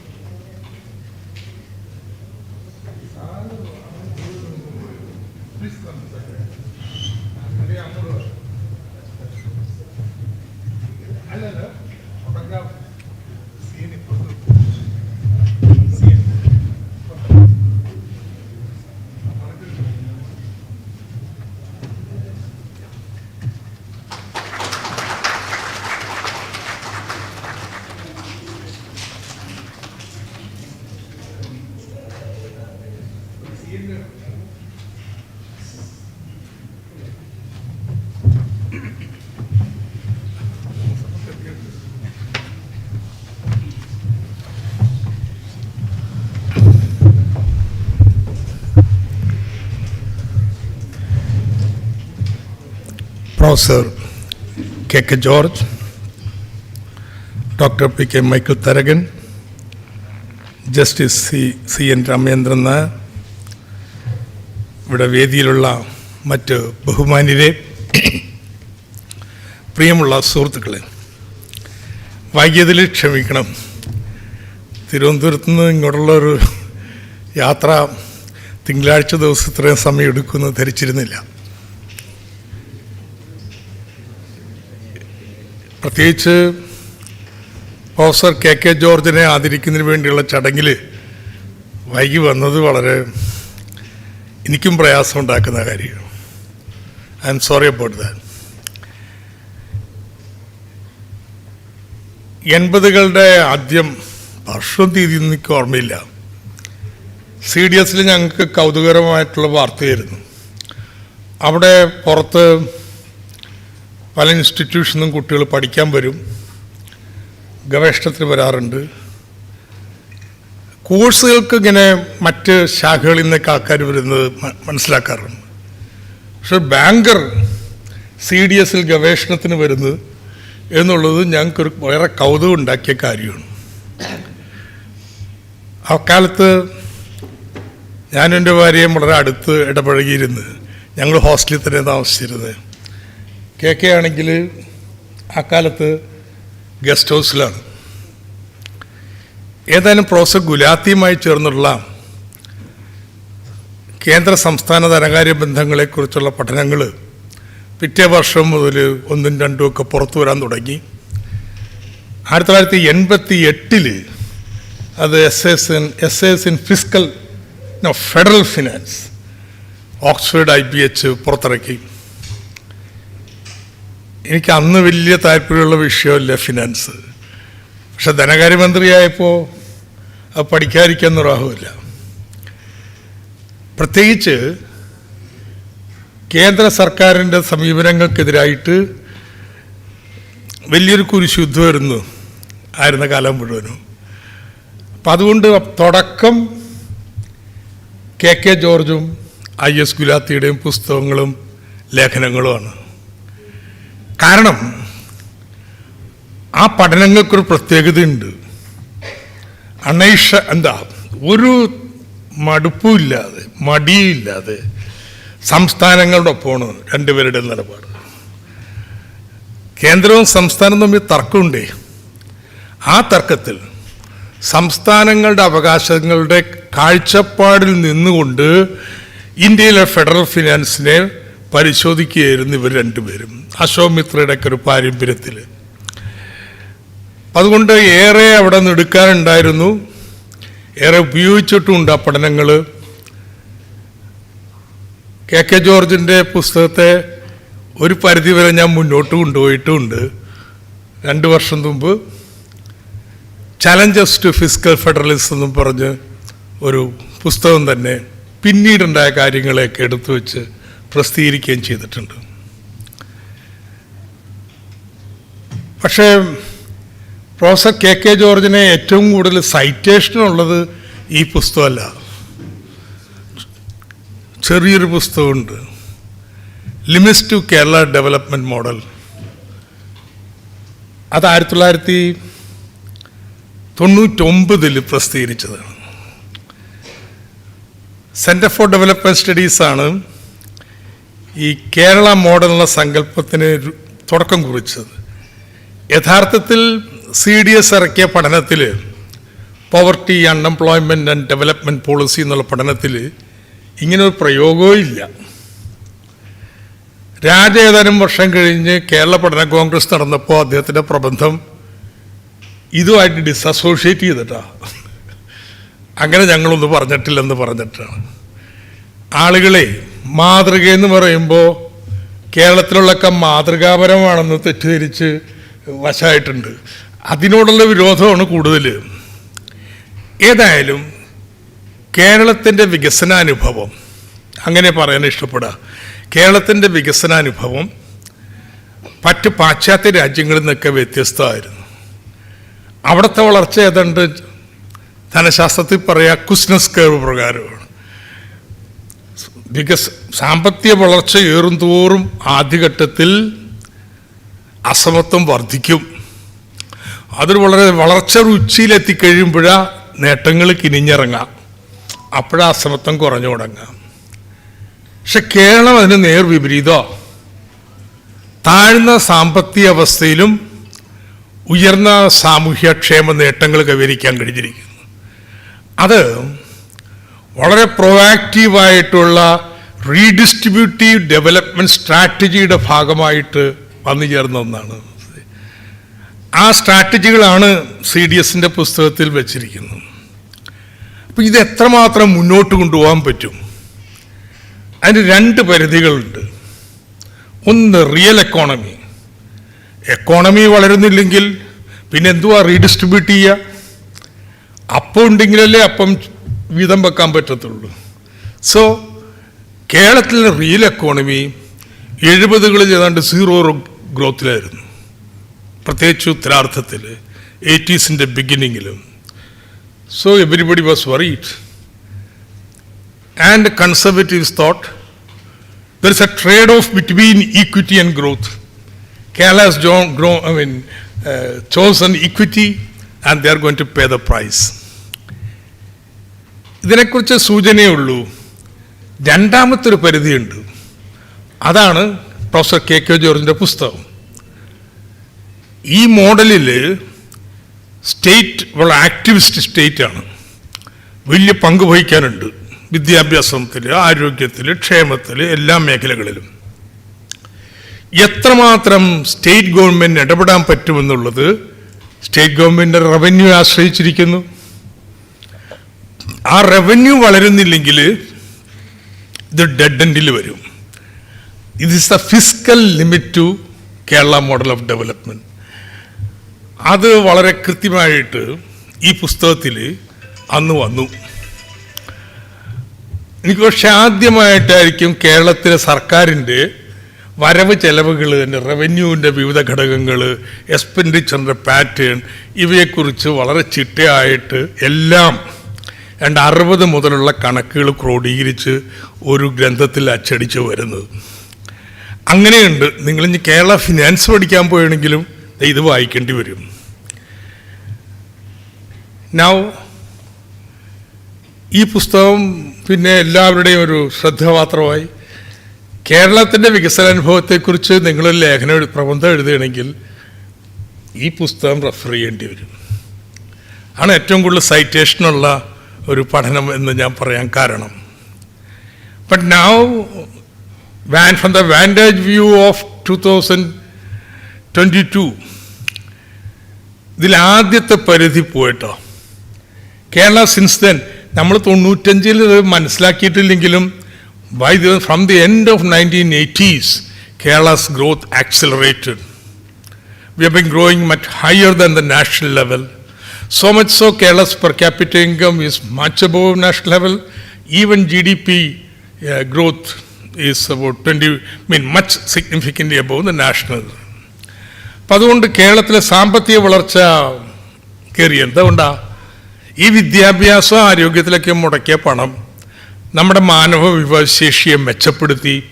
അവർ വിദേശത്ത് പോയി ജോലി ചെയ്തു, പണം നാട്ടിലേക്ക് അയച്ചു. ആൻഡ് വ്യവസായമൊന്നും ഉണ്ടായില്ലെങ്കിലും ആ കൺസംഷൻ ലെവൽ ഗ്രോ, ആ consumption related expenditure and related services, അതിൻ്റെ ഗ്രോത്തായിരുന്നു ഏറ്റവും dynamic. Anyway, growth did take place. Kerala is not a poor state anymore. But professor KK George വിശകലനം ചെയ്ത രണ്ടാമത്തെ ലിമിറ്റ് ഉണ്ടല്ലോ, fiscal limit to Kerala model, അത് ഏറ്റവും സാധുവായിട്ട് നിൽക്കണം ഇന്നും. സമീപകാലത്ത് ഞാനൊരു പുസ്തകം എഴുതി, കേരള അനദർ പോസിബിൾ വേൾഡ്. അതിൽ പ്രൊഫസർ KK ചെയ്തത് അതേപടി ഞാൻ ഇപ്പോഴത്തെ ഒരു എക്സ്റ്റെൻഡ് ചെയ്തിട്ടുണ്ട്. നൗ പ്രൊഫസർ KK ജോർജ് രണ്ടും നോക്കി. കേരളത്തിൻ്റെ വിവിധ expenditure on education, health care, social welfare and so on as A percent of Kerala GDP, it was coming down. അതാണെന്ന് ചൂണ്ടിക്കാണത്. is still coming down, much lower. So that criticism, that limit still holds. പക്ഷെ per capita expenditure എടുക്കുമ്പോൾ not so evident. കാരണം നമ്മുടെ growth rate pick up ചെയ്തു. Still is not very different from rest of India. So ഒരു real problem ഉണ്ട്. Keralam aspires to be the Nordic countries in welfare and so on. നമുക്കിതൊന്നും പോരെന്നുള്ളതാണ് നമ്മുടെ നിലപാട്. I have no complaint on that. But Nordic countries-ൽ do you know what is the tax GDP ratio? It is anything between 40% to 50%. 40% to 50% GDP ടാക്സായി പിരിക്കുന്ന സംസ്ഥാന ഒരു പ്രദേശത്ത് നൽകുന്ന സർവീസിൻ്റെ standard കേരളത്തിൻ്റെ tax GDP ratio 10% ആണ്. അവിടെ കൊടുക്കണമെന്ന് പറഞ്ഞാൽ എത്തിക്കാൻ പറ്റൂ, വലിച്ചു നീട്ടാൻ പറ്റൂ. This is a real problem. This is a problem that Kerala government would face. അതിനൊരു സൊല്യൂഷനായിട്ടാണ്, കൈ കാശില്ല എന്നാൽ ജനങ്ങളെല്ലാം കൂടി നമുക്ക് ഒത്തൊരുമിച്ച് ഒന്ന് സ്കൂളും ആശുപത്രിയും ഇതൊക്കെ ഒന്ന് നന്നാക്കാൻ നോക്കിക്കളയാം ആണ് ജനകീയ ആസൂത്രണം. Essentially it's an attempt to through popular participation to overcome this limit. കാരണം ഈ ലിമിറ്റ് അംഗീകരിച്ച പിന്നെ ഒറ്റ ചോയ്സേ ഉള്ളൂ, you privatise the mall. Government പണമില്ല, അതുകൊണ്ട് സ്വകാര്യവൽക്കരിക്കുക എന്നുള്ളതാണ്. സർക്കാരിന് കൃഷിയിൽ എക്സ്റ്റൻഷൻ പ്രവർത്തനം പണമില്ല, therefore you go for contract farming with the corporates, they will provide the extension. Now if you reject that path, then only alternative available നിങ്ങൾ പാർട്ടിസിപ്പേറ്ററി ആയിട്ട് കാര്യങ്ങൾ ചെയ്യാൻ ശ്രമിക്കാം. ആൻഡ് അത് പോസിറ്റീവായിട്ട് റിസൾട്ട് ഉണ്ടാക്കിയിട്ടുമുണ്ട് വിദ്യാഭ്യാസത്തിലും ആരോഗ്യത്തിലും asset ക്രിയേഷനിലുമെല്ലാം. But there is another issue which Professor K.K. George ആ data ഉണ്ട് ഇതിൽ, though he has not elaborated on it. That's to say, ഈ സോഷ്യൽ എക്സ്പെൻഡിച്ചർ കൂടുതലായതുകൊണ്ട് if you take the capital expenditure of Kerala government മറ്റ് സംസ്ഥാനങ്ങളുടെ പകുതിയേ വരത്തുള്ളൂ ratio. അത് ഒരു വർഷമോ 2 വർഷമോ ഇല്ല, ഒരു അരനൂറ്റാണ്ട് കാലം. And what is the result? നമ്മുടെ വണ്ടികൾക്ക് ഇന്ന് ഞാൻ അനുഭവിച്ചതുപോലെ പുറത്തോടുന്നതിൻ്റെ പാതി സ്പീഡിലേ റോട്ടിൽ കൂടി ഓടാൻ പറ്റത്തുള്ളൂ. നമ്മുടെ ദേശീയ ജലപാത 95% ട്രാഫിക്കും പോയിക്കൊണ്ടിരുന്നതല്ലേ. നൗ അതിൻ്റെ ഒരു മോഡേണൈസേഷനും ഇൻവെസ്റ്റ്മെൻറ്റും ഇല്ലാത്തതിൻ്റെ ഫലമായിട്ട് ടോട്ടൽ ഡിസ്റിപ്പയർ. അവർ transmission line is just 220 kV. എത്ര നാൾ ഇത് വെച്ചിട്ട് പോകാൻ പറ്റും? ഒരു 440 ഇല്ലാതെ. Our industrial parks are 1970s vintage industrial estate, except for IT parks. ആരാ ഇതിൽ ഇൻവെസ്റ്റ് ചെയ്യാൻ വരാം? സോ ദിസ് ഇൻഫ്രാസ്ട്രക്ചർ ഡെഫിസിറ്റ്, അത് ഈ ചെറു പുസ്തകം കേട്ടോ, പക്ഷെ സോ റിമാർക്കബിളി എത്ര ഇൻസൈറ്റ് കേരളത്തിലെ ഡെവലപ്മെൻറ്റ് പ്രോസസ്സ് നൽകുന്നതാണെന്ന് അത് ഫ്ലാഗ് ചെയ്യുന്നുണ്ട്. So how do you meet that? ഇതെങ്ങനെ ഈ ഡെഫിസിറ്റ് നിൽക്കാം? Maybe Kerala will overcome bit by bit. Fiscal consolidation will take place, revenue deficit will come down, and then your borrowing can be entirely given for infrastructure development. പക്ഷേ ഒരു 25 വർഷം വേണം. By then the world would have changed here. We would have lost the chance. So how do you do? So we have gone for an unusual method. എന്താത്? സർക്കാരിന് borrow ചെയ്യാൻ കഴിയില്ല. So you have an institution to which we give a mandate. You build this things, which comes to around 70,000 crores. You borrow and build. It's an annuity model. Just like any annuity program, any BOT program, the contractor builds now. Payment is made 20 years since. The contractor പണം mobilize build ചെയ്യും. Instead of going private contractor, ഒരു കിഫ്ബി എന്നൊരു സ്ഥാപനം ഉണ്ടാക്കുന്നു. അതൊരു annuity model. Government promises to give a certain amount of money, half the motor vehicles tax. And everybody in Kerala is getting worried. Suppose this KIFBI spends more than it can chew. സർക്കാർ കൊടുക്കുന്ന പണം ഇത്രയേ ഉള്ളൂ, അതിനൊക്കെ കൂടുതൽ എടുത്താലോ? No, it cannot. The model is such that there is an asset liability matching taking place constantly. The assets of KIFBI would consist of whatever government gives and the returns on remunerative projects. The liability would be one, the contractor's bills plus repayment of loans taken. At no time in the real horizon, ഒരിക്കൽ പോലും liability curve asset curve മുകളിലാവാൻ പാടില്ല. If it ever goes like that, ആ project അവസാനിപ്പിക്കും. That's the mandate of the director board. So it's a perfect I think very practical way of mobilizing resources, transforming Kerala. ഇപ്പോൾ എടുത്തിരിക്കുന്ന പ്രൊജക്റ്റുകൾ തീരുകയാണെങ്കിൽ I think Kerala's infrastructure would be transformed. Now this is creating a whole lot of problems. India government doesn't like it. Says KIFBI borrowing should be considered part of government borrowing. It's not government borrowing. In which case Nahai's borrowing should be added into India government's borrowing. In which case all the BOT projects taken up by different state governments should be added into the government borrowing. But central government is a central government. And അതുകൊണ്ട് അവർ പ്രശ്നങ്ങൾ പലതുണ്ടാക്കിയാണ്. So, K.K. Georgeum Gulati ഓർക്കും the stand taken with the state government, you see. There is a partisanship involved. I'm not saying this particular state government, it's state right. I'm aghast when some respected intellectuals, and I don't want to name anybody, what are pontificates about responsible finance, how it can get into debt trap, this, that, etc., etc. One, they don't study the model. Secondly, they don't look at the practical reality of a center-state financial relations. Kerala, which has been following a particular path of development, now wants to choose another one. A paradigm shift where it will say clear is infrastructure deficit, which will facilitate growth of new industries, which will solve the problem of unemployment. അങ്ങനെ ഒരു regional aspiration.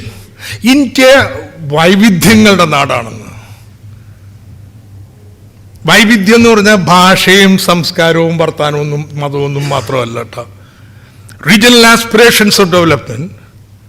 Kerala sometime in history chose a particular path of development which was determined by redistribution. Chose it. Choose ചെയ്തെങ്ങനെയാ? അങ്ങ് സാമൂഹ്യ പരിഷ്കരണ പ്രസ്ഥാനങ്ങൾ 19-ാം നൂറ്റാണ്ട് മുതൽ സമരം ചെയ്ത് കേരളത്തിന് ഒരു പർട്ടിക്കുലർ ഡെവലപ്മെന്റ് പാത്തിലെത്തി. It is different from rest of India. And now we want to move on to a different paradigm. മറ്റേ സോഷ്യൽ ഗെയിൻസ് വിട്ടുകൊണ്ടല്ല, അതൊക്കെ നിലനിർത്തിക്കൊണ്ട് തന്നെ. സോ ദ ഫെഡറൽ സിസ്റ്റം ആ റീജിയണൽ ആസ്പിറേഷൻസ് ഉൾക്കൊള്ളാൻ പറ്റണം. അൺഫോർച്ചുനേറ്റ്ലി ഇന്ന് രാജ്യം ഭരിക്കുന്നവർക്ക് ഡൈവേഴ്സിറ്റി ഓഫ് ഇന്ത്യ അക്സെപ്റ്റ് ചെയ്യാൻ പ്രയാസം. അതിൻ്റെ തർക്കങ്ങളാണ്. ഞാൻ കൂടുതൽ കിടക്കുന്നില്ല നല്ല സന്ദർഭത്തിൽ. അങ്ങനെ ഇൻഫ്രാസ്ട്രക്ചർ വന്നു കഴിഞ്ഞാൽ ദെൻ പുതിയ industries, what I call A knowledge economy, transforming the technological base of Kerala economy. നമ്മുടെ കൃഷിയുടെ പരമ്പരാഗത വ്യവസായങ്ങളുടെ, നമ്മുടെ ഇൻഡസ്ട്രികളുടെ, now new startups and so on, which requires one, total transformation of higher education and a climate where innovation is encouraged. അവിടെ K.K. George's സംഭാവന ഉണ്ട്. His studies on education. These are the three areas which he has worked. Particularly after he left CDS, I think. He has taken on to education more and more. ഇത് വലിയൊരു ചലഞ്ചാണ് കേട്ടോ. ഇന്നത്തെ കേരളത്തിലെ higher education കൊണ്ട് നമ്മളെവിടെ എത്താം? നമ്മുടെ എത്ര ഡിപ്പാർട്ട്മെൻറ്റുകൾ, എത്ര യൂണിവേഴ്സിറ്റികൾ ഒരു ഇൻ്റർനാഷണൽ റാങ്കിങ്ങിൽ, ഷാങ്ഹായ് ഇൻഡെക്സിലോ വേറെ ആരുടെങ്കിലും ആവട്ടെ എവിടെയെങ്കിലും എത്താറുണ്ടോ? സത്യം പറഞ്ഞ level of mediocrity that controls and dominates is frightening. ആ മീഡിയോക്രിറ്റിയുടെ പ്രശ്നം ഒരു വേറെ ആരെയും പിന്നെ അടി വരാൻ അനുവദിക്കത്തില്ല. So Kerala is trapped there. That's why when Cochin University wanted a 250 lab, it was given. The rest of the universities all came with other buildings, this, that, hostel, and so on and so forth. At least let Kerala have a lab which is on national, international level, which can be used by others. 250 crores. So you have to do investment, change our higher education. അതിൽ ഇവിടെ പഠിപ്പിക്കുന്നവർ മാത്രമല്ല കേട്ടോ, ലോകത്തെമ്പാടും പഠിപ്പിക്കുന്ന scholars in laboratories, senior executives in industries, ഇങ്ങനെയുള്ള ലാബുകളിൽ work ചെയ്യുന്നവർ, ഇവരൊക്കെ നമ്മുടെ സ്റ്റുഡൻസിൻ്റെ മെൻറ്റർമാരാക്കി കൊണ്ടുവരണം. ഈ പുറത്തുള്ള എക്സ്പാട്രിയേറ്റ്സ് പണമല്ല തരേണ്ടത്, little bit of the brain, so that നമ്മുടെ സ്റ്റുഡൻസ് ലോകത്തെമ്പാടുമുള്ള സ്കോളേഴ്സുമായിട്ട് ഇൻറ്ററാക്ട് ചെയ്യും, അവരിൽ നിന്ന് പ്രചോദനം ഉൾപ്പെടും. അത് വലിയൊരു റോളാണ്. ഇതൊക്കെ എങ്ങനെ ചെയ്യാമെന്ന് എനിക്കറിഞ്ഞൂടാ. But I want to acknowledge the contribution of K.K. George in the studies on education sector in Kerala. So that briefly, I think, is your journey, intellectual journey. I don't know, I haven't read your book, but Kerala is grateful to you for your contributions. I think we have all learned, benefited a lot from you. Thank you very much, K.K. George. Thank you.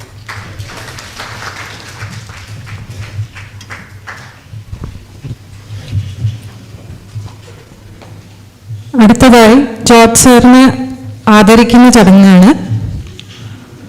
Gulati institute of finance and taxation director doctor KJ ജോസഫിനെ ക്ഷണിച്ചുകൊള്ളുന്നു.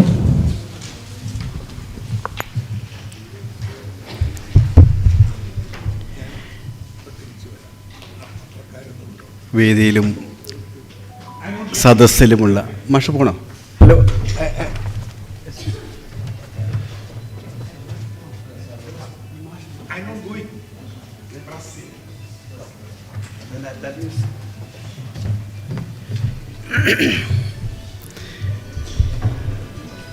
വേദിയിലും സദസ്സിലുമുള്ള ഞാൻ ഒത്തിരി ബഹുമാനിക്കുന്ന എൻ്റെ അധ്യാപകരായിട്ടുള്ള വ്യക്തിത്വങ്ങളെ, സുഹൃത്തുക്കളെ, ഈ ചടങ്ങ് സംഘടിപ്പിക്കുന്ന കാര്യം ഡോക്ടർ കൃഷ്ണകുമാർ എന്നോട് പറഞ്ഞപ്പം ഞാൻ കൃഷ്ണകുമാരോട് പറഞ്ഞു, പ്രൊഫസർ KK ജോർജ് എൻ്റെ ഹൃദയത്തിന് എനിക്ക് ഏറ്റവും പ്രിയപ്പെട്ട ഒരു വ്യക്തിത്വമാണ്. അതിന് കാരണം കുറച്ച് കഴിയുമ്പോൾ പറയാം. അതിലേറെ ഞാനിപ്പം ജോലി ചെയ്യുന്ന ഗുലാത്തി ഇൻസ്റ്റിറ്റ്യൂട്ടിൽ പ്രൊഫസർ ഐസക്കിനറിയാം, കഴിഞ്ഞ 3 കൊല്ലത്തിനുള്ളിൽ ഏറ്റവും കുറഞ്ഞത് 4 മീറ്റിങ്ങിലെങ്കിലും എങ്ങനെയാണ് ജോർജ് സാറിനെ വേണ്ട രീതിയിൽ നമുക്കൊന്ന് ആദരിക്കേണ്ടത് എന്ന് ഇവിടെ എൻ്റെ കൂടെ വന്നിട്ടുള്ള ഡോക്ടർ രാമലിംഗം അടക്കം ഉള്ള സഹപ്രവർത്തകർ ചർച്ച ചെയ്തിട്ടുണ്ട്. എന്തുകൊണ്ടോ ഞങ്ങൾ പറഞ്ഞു, ജോർജ് സാറിന് ഇപ്പോൾ ആരോഗ്യം അത്ര നല്ല രീതിയിലല്ല, തിരുവനന്തപുരത്തേക്ക് വിളിച്ച് നടത്താൻ സാധ്യമല്ല, അതുകൊണ്ട് നമുക്ക് എറണാകുളത്ത് ഐസക് സാറിൻ്റെയും കൂടെയൊക്കെ സൗകര്യം നോക്കി ഒരു ദിവസം ഒരു ചടങ്ങ് സംഘടിപ്പിക്കണം. അന്നേരം നമുക്കത് ഒന്നീ കൊച്ചി യൂണിവേഴ്സിറ്റിയിലെ പ്രൊഫസർ ഹരികുമാർ ഇവിടെയൊക്കെ ഉണ്ട്, പിന്നെ അല്ലെ കൃഷ്ണകുമാറിൻ്റെ, നമുക്കെല്ലാവരും കൂടി നമുക്കത് നടത്താം. അങ്ങനെ നിൽക്കുമ്പോഴാണ്, അങ്ങനെ പല പ്രാവശ്യം ചിന്തിച്ചിട്ട് ഞങ്ങളുടെ ആഗ്രഹം നടക്കാതിരുന്ന ഒരു വേളയിലാണ് ഇങ്ങനെ ഡോക്ടർ കൃഷ്ണകുമാർ വിളിച്ചത്. അപ്പം ഞാൻ ഡോക്ടർ കൃഷ്ണകുമാരോട് പ്രശ്നങ്ങളോട് പറഞ്ഞു, കേരളത്തിൻ്റെ ധനകാര്യ പ്രശ്നത്തെപ്പറ്റി, ഇന്ത്യയുടെ ധനകാര്യ പ്രശ്നങ്ങളെപ്പറ്റി ഇത്ര ആധികാരികമായി, ഇപ്പം നിങ്ങൾക്കറിയാം, മുൻ സാമ്പത്തിക ധനമന്ത്രി പറഞ്ഞത്, അദ്ദേഹം ധനമന്ത്രിയായി തുടങ്ങിയപ്പോൾ എവിടെ തുടങ്ങണം, എങ്ങനെ തുടങ്ങണം എന്നുള്ള തുടക്കം കൊടുത്തത് KK ജോർജ് സാറാണ്. എനിക്കറിയാം, 1981 CDSൻ്റെ അനക്സ് ഹോസ്റ്റലിൻ്റെ 14-ാം മുറിയിൽ നിന്നാണ് എനിക്ക് തോന്നുന്നത്, 14-ാം മുറിയിൽ നിന്നും ഞാനും ആ ഫ്ലോറിൽ തന്നെയായിരുന്നു. അവിടെ നിന്നും ഞാൻ കണ്ടു, ഗവേഷണം തുടങ്ങിയ കാലത്ത് ഒരു ഗവേഷകൻ എങ്ങനെയായിരിക്കണം, ഒരാൾക്ക് ഒരു ട്രൂ ഗവേഷകൻ എങ്ങനെയാകാൻ സാധിക്കും.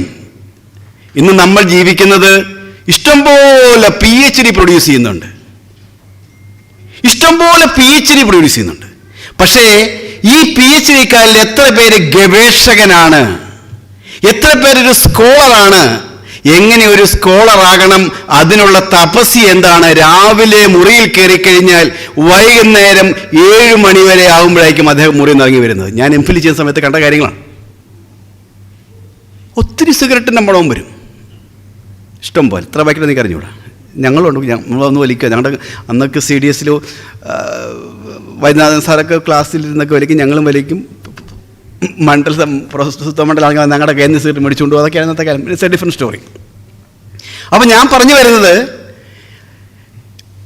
KK ജോർജ് സാറിനെ എങ്ങനെ ആദരിക്കണം എന്നുള്ള ഒരു നമ്മൾ ചോദിച്ചുകൊണ്ട് നിൽക്കുമ്പോഴാണ് ഇങ്ങനെ ഒരു സാഹചര്യം കിട്ടുക. അപ്പം ഞാൻ പറഞ്ഞു, ഈ KK ജോർജ് നിങ്ങളുടെ മാത്രം CSCSൻ്റെ മാത്രം സ്വത്തല്ല.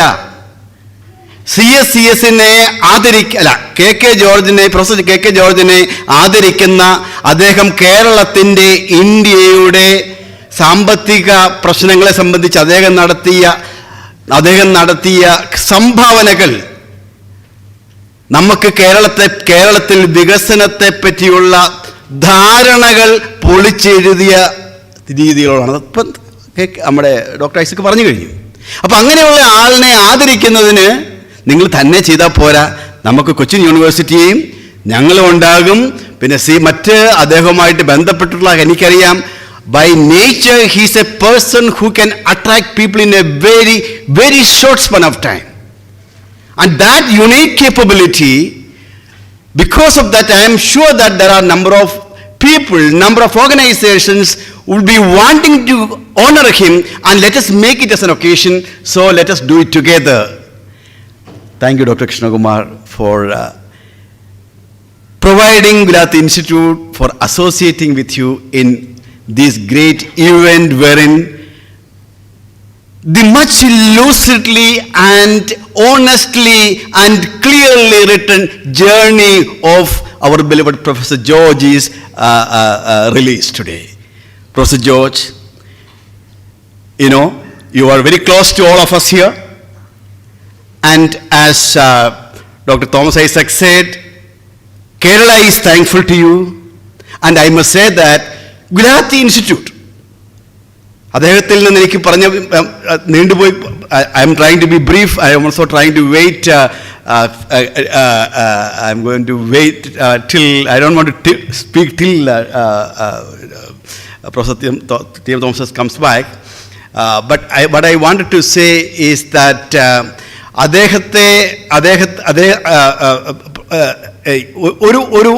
ഒരു സ്കോളർക്ക് എന്തൊക്കെ ആത്യന്തികമായി വേണം എന്നുള്ളതിൻ്റെ തെളിവ് അദ്ദേഹത്തിൻ്റെ ജീവിതം 20 പേജിൽ കൊടുത്തിരിക്കുന്ന ഈ പുസ്തകത്തിലുണ്ട്. എനിക്ക് ഏറ്റവും ഇഷ്ടപ്പെട്ട ഒരു കാര്യം, എൻ്റെ 11ാം ചാപ്റ്ററിൽ ഗുലാത്തി ഇൻസ്റ്റിറ്റ്യൂട്ടുമായി സംബന്ധിച്ച് അദ്ദേഹം പറയുന്നൊരു കാര്യമുണ്ട്. ഇന്ത്യയുടെ പാർട്ടീഷന് മുമ്പ് പാകിസ്ഥാനിൽ നിന്നും ഇന്ത്യയിൽ വന്ന് ഒത്തിരി ബുദ്ധിമുട്ടിയ സാഹചര്യങ്ങളിൽ കൂടി കടന്നുപോയി കേരളത്തിൽ വന്ന് കേരളത്തിൽ ജീവിച്ച് കേരളത്തിന് വേണ്ടി വളരെയധികം, എൻ്റെ അടക്കം അധ്യാപകനായിട്ടുള്ള പ്രൊഫസർ ഗുലാത്തിക്ക് വേണ്ടി ഒരു സ്ഥാപനമുണ്ടാകണം എന്നുള്ള കാര്യം ആദ്യമായി പ്രൊഫസർ ഐസക്കിനോട് പറയുന്നത് professor KK ജോർജാണ്. I am very happy that that dream, that idea, or his intention to reciprocate his great mentor by way of establishing an institute got realized at the instance of Professor Thomas Isaac. He is here. And at this occasion, I think I'm not here. I'm here to request Professor Isaac to honor Professor KK George. I think since he's going to have the press, I'm going, because I don't want to drag on. The point I'm trying to say is that on behalf of the whole gift community, Professor KK George, we place on record our great appreciation for laying the seeds for Gulati Institute of Taxation and for the continued association that you had with us. And I know you have some uncomfortable experience from our side, and on behalf of those who are responsible for that, I put our apology for you. I know that there are some uncomfortable instances that happened that should not have happened. And with these words, I once again wish you a very healthy and happy and more intellectually stimulating many more years ahead. I thank once again for this opportunity, and I am not going to honor KK സാറിനെ ഞാൻ owner ചെയ്യുന്നില്ല. Let Dr. Isaac come. After he is coming, we will do that. So I think you may call upon the next person to speak. I think that. Thank you very much.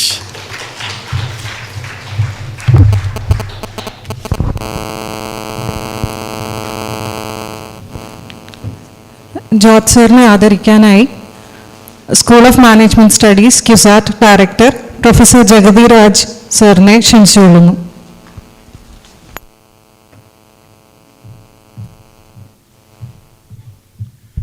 Good evening ഉണ്ട് എൻ്റെ വേദിയിലിരിക്കുന്ന സദസ്സിലിരിക്കുന്ന ബഹുമാനപ്പെട്ട എല്ലാ വിശിഷ്ടാവസ്ഥകൾ, വളരെ അത്യധികം സന്തോഷത്തോടു കൂടിയാണ് ഞാൻ ഇവിടെ നിൽക്കുന്നത്.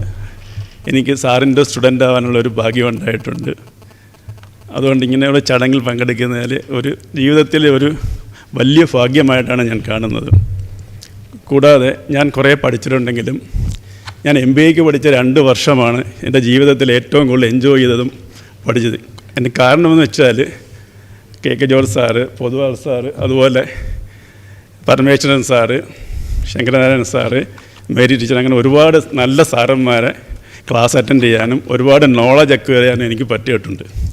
കൂടാതെ അവിടെയെല്ലാം അനുഗ്രഹം കൊണ്ട് ആ ഇൻസ്റ്റിറ്റ്യൂട്ട് ജോലി കിട്ടാനും പ്രസൻ്റ്ലി അതിൻ്റെ ഡയറക്ടറായിട്ട് ഇരിക്കാനുമുള്ള ഒരു ഭാഗ്യം ലഭിച്ചിട്ടുണ്ട്. ഇങ്ങനെ ഒരു ഫംഗ്ഷൻ കൃഷ്ണകുമാർ സാറ് സംഘടിപ്പിക്കുന്ന എൻ്റെ അടുത്ത് പറഞ്ഞു, ഇത് ഞാൻ ചോദിച്ച് വാങ്ങിച്ചതാണ് കേട്ടോ, സാറിനെ എനിക്കൊന്ന് ആദരിക്കണമെന്ന് പറഞ്ഞിട്ട് സാറിൻ്റെ അടുത്ത് നിന്ന് ചോദിച്ച് വാങ്ങിച്ചൊരു പരിപാടിയാണ് അത്. കാര്യം ഇങ്ങനെ ഉള്ള അവസരങ്ങൾ സ്റ്റുഡൻസിന് വളരെ വല്ലപ്പോഴൊക്കെ കിട്ടുന്ന ഒരു മഹാഭാഗ്യമാണ് ജീവിതത്തിൽ. സാറിന് എല്ലാവിധ അനുഗ്രഹങ്ങളും ദൈവത്തിനുണ്ടാവട്ടെ എന്ന് ആശംസിച്ചുകൊണ്ട് നിർത്തുന്നു.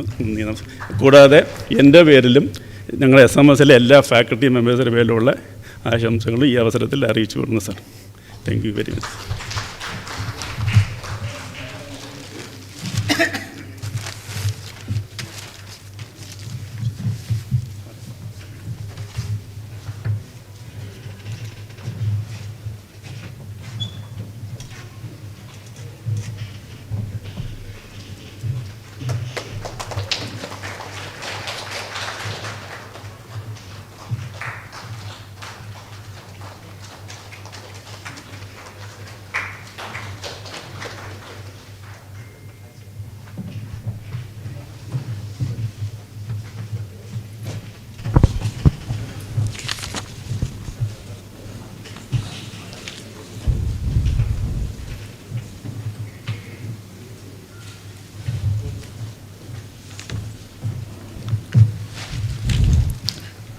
I request Professor K.M. Madhusudanan, respected Vice Chancellor of Cochin University of Science and Technology, to address the gathering and offer his felicitations.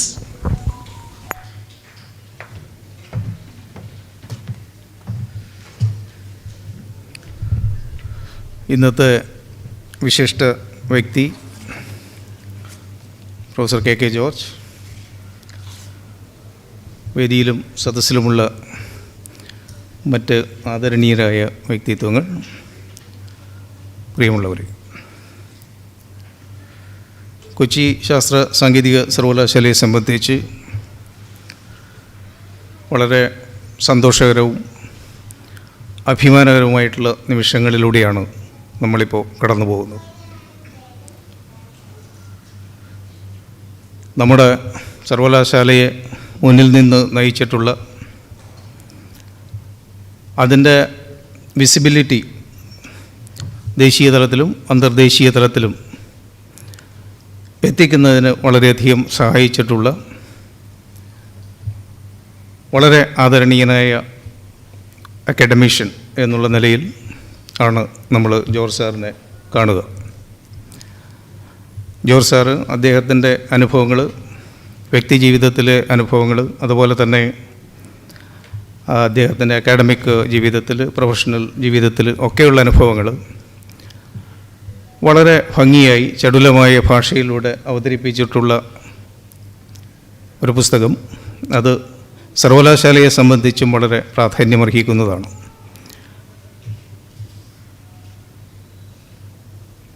കുട്ടിക്കാലത്തെ കാര്യങ്ങൾ പറഞ്ഞുകൊണ്ട് തുടങ്ങുന്ന പുസ്തകം. അതിൽ വളരെ പ്രധാനപ്പെട്ട ഒരു ഭാഗമായി സർവകലാശാലയുടെ പല കാര്യങ്ങളും വന്നിട്ടുണ്ട് എന്നുള്ളത് പ്രത്യേകിച്ചും ഈ 50 വർഷം പിന്നിടുന്ന ഈ അവസരത്തിൽ വളരെ പ്രയോജനപ്രദമായിട്ടുള്ള ഒരു റീഡിങ്ങും കൂടിയായിരുന്നു എന്ന് പറയാൻ ഞാൻ ആഗ്രഹിക്കുകയാണ്. യൂണിവേഴ്സിറ്റിയുടെ ആദ്യ കാലഘട്ടത്തിൽ തന്നെ യൂണിവേഴ്സിറ്റിയുമായിട്ട് ബന്ധപ്പെട്ട് പ്രവർത്തിക്കാനായിട്ട് അദ്ദേഹത്തിന് സാധിച്ചിട്ടുണ്ട്. ആ കാലഘട്ടത്തിൽ പ്രൊഫസർ പൈലി സാറിൻ്റെ ഒക്കെയുള്ള കൂടെയുള്ള പ്രവർത്തനങ്ങൾ, അതുവഴി യൂണിവേഴ്സിറ്റിയിൽ നടത്തിയിട്ടുള്ള നിരവധിയായിട്ടുള്ള അക്കാഡമിക് ആക്ടിവിറ്റീസ്. നമുക്കറിയാം അദ്ദേഹത്തിൻ്റെ area of expertise public finance, banking, അതുപോലെയുള്ള മേഖലകൾ. ആ മേഖലകളിൽ നമ്മുടെ സർവകലാശാലയെ വളരെ നോട്ടബിളായിട്ടുള്ളൊരു പൊസിഷനിലേക്ക് എത്തിക്കുന്നതിലും ആ അനുഭവങ്ങൾ നമ്മുടെ വിദ്യാർത്ഥികളിലേക്കും അതുപോലെ തന്നെ സഹപ്രവർത്തകരിലേക്കുമൊക്കെ എത്തിക്കുന്നതിലും വളരെ സുദീർഘമായിട്ടുള്ള അദ്ദേഹം പ്രവർത്തനങ്ങൾ നടത്തിയിട്ടുണ്ട്. ആ പ്രവർത്തനങ്ങളുടെ ഒക്കെ തന്നെ സംക്ഷിപ്ത രൂപം ഈ പുസ്തകത്തിൽ നമുക്ക് കാണാൻ സാധിക്കും. തീർച്ചയായിട്ടും പിന്തുടർന്നു വന്ന ഞങ്ങളെപ്പോലുള്ളവർക്ക് അതൊരു വലിയ അനുഭവം തന്നെയാണ്. കാരണം കൊച്ചിൻ യൂണിവേഴ്സിറ്റി ഏത് കാലത്തും ഒരു ഇന്ത്യൻ യൂണിവേഴ്സിറ്റികളുടെ ഇടയിൽ, കേരളത്തിലെ യൂണിവേഴ്സിറ്റികളുടെ ഇടയിൽ പ്രത്യേകിച്ചും സവിശേഷമായൊരു സാന്നിധ്യം എന്നും ഉണ്ടായിരുന്ന ഒരു യൂണിവേഴ്സിറ്റിയാണ്. ഇപ്പോഴും ആ രീതിയിൽ തന്നെയാണ് നമ്മൾ തുടരുന്നത്. ആ സവിശേഷത ഇവിടെ നമ്മൾ ആർജിക്കുന്നതിന് ജോർജ് സാറിനെ പോലെയുള്ള പ്രൊഫസർമാരുടെ ആദ്യകാലത്തുള്ള നേതൃത്വം വളരെ പ്രധാനപ്പെട്ടതായിരുന്നു എന്നുള്ളത് ഈ സന്ദർഭത്തിൽ ഞാൻ സൂചിപ്പിക്കുകയാണ്. അതിൻ്റെ തുടർച്ചയാണ് നമുക്കൊരു വലിയ ലെഗസി. ആ ലെഗസി നമ്മളെ ഏൽപ്പിച്ചിരിക്കുന്ന ഉത്തരവാദിത്വം. ആ ഉത്തരവാദിത്വവും ഏറ്റെടുത്തുകൊണ്ടാണ് പിന്നീട് തുടർന്ന് വന്നിട്ടുള്ളവർ പ്രവർത്തനങ്ങൾ നടത്തിയിട്ടുള്ളത്. അതിൻ്റെയൊക്കെ ഒരു ഡോക്യുമെൻറ്റേഷൻ എന്നുള്ള നിലയിൽ ഈ പുസ്തകം വളരെയധികം താല്പര്യത്തോടു കൂടിയാണ് ഞാൻ വായിച്ചിട്ടുള്ളത്. അതുപോലെ തന്നെയുള്ള അനുഭവമായിരിക്കും ഇവിടെ വായിക്കുന്ന എല്ലാവർക്കും എന്ന് തന്നെയാണ് എൻ്റെ വിശ്വാസം. സാറിന് എല്ലാവിധ ആശംസകളും അറിയിക്കുന്നു. നന്ദി, നമസ്കാരം.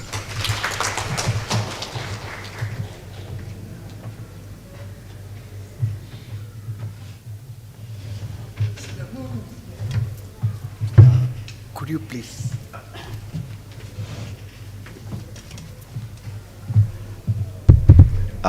I think, Professor Isaac, we were waiting for you to honor George സാറിനെ ഗിഫ്റ്റിൻ്റെ ഓൺ ബിഹാഫ് ഓഫ് ഗിഫ്റ്റ് നിങ്ങൾ രണ്ടോടെ തുടങ്ങിയതാണ് അത് ഐഡിയ. അപ്പം no please Ramalingam please come.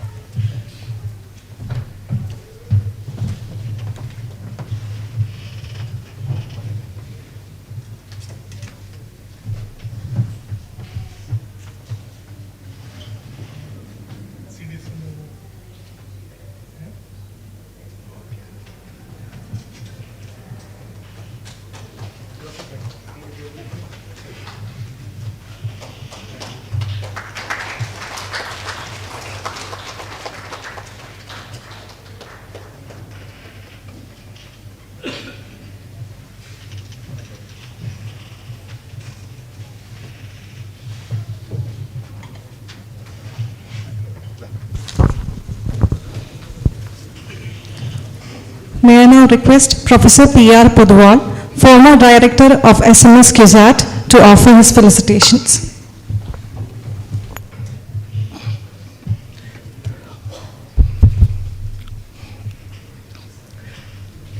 വേദിയിലിരിക്കുന്ന വിശിഷ്ട വ്യക്തികളെ,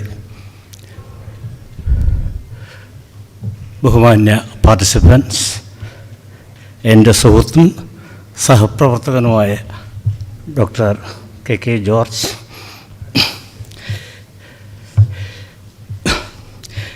ഈ അവസരത്തിൽ എന്തിനെക്കുറിച്ച് എങ്ങനെ പറയണമെന്നൊരു വ്യക്തതയില്ലായ്മ ഉണ്ടായിരുന്നു എനിക്ക്. എൻ്റെ അയൽപ്പക്ക നിവാസിയായ പ്രൊഫസർ കെ ജോർജിനെ കുറിച്ചോ 19 കൊല്ലം സഹപ്രവർത്തകനായ KK ജോർജിനെ കുറിച്ചോ ഈ അവസരത്തിൽ പറയാൻ ഞാൻ ഉദ്ദേശിക്കുന്നില്ല. ഈ ചടങ്ങിൽ പങ്കെടുക്കണമെങ്കിൽ പ്രൊഫസർ KK ജോർജ് എഴുതിയ പുസ്തകം A journal of my life ഒന്ന് വായിക്കണം. അതിനുശേഷം മാത്രമേ എന്തെങ്കിലും 2 വാക്ക് പറയാൻ പറ്റുള്ളൂ എന്ന് ഞാൻ പറഞ്ഞിരുന്നു. അതനുസരിച്ച് ഒരു 2-3 ദിവസം മുമ്പേ പുസ്തകത്തിൻ്റെ കോപ്പി എനിക്ക് തന്നു. ഞാൻ പുസ്തകം കംപ്ലീറ്റ് ആയിട്ട് വായിച്ചു. A to Z കംപ്ലീറ്റ് ആയിട്ട് വായിച്ചു. എനിക്ക് തോന്നിയ 1-2 കാര്യങ്ങൾ ഇവിടെ ഞാൻ പ്രകടിപ്പിക്കുകയാണ്. ഒന്ന്, പ്രൊഫസർ ജോർജിനെ പല തലങ്ങളിലും പ്രശസ്തി ഉണ്ടെങ്കിലും ബേസിക്കായിട്ട് professor KK George is A village minded person.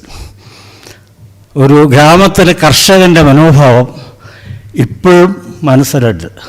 അത് കാരണം മേലെ പോകാൻ വളരെ ചാൻസ് കിട്ടിയിട്ടും അതൊന്നും സ്വീകരിക്കാതെ ഒരു കർഷകൻ്റെ മനോഭാവത്തോടുകൂടെ ഒരു അധ്യാപകരാകാൻ വേണ്ടിയാണ് അദ്ദേഹം തീരുമാനിച്ചത്.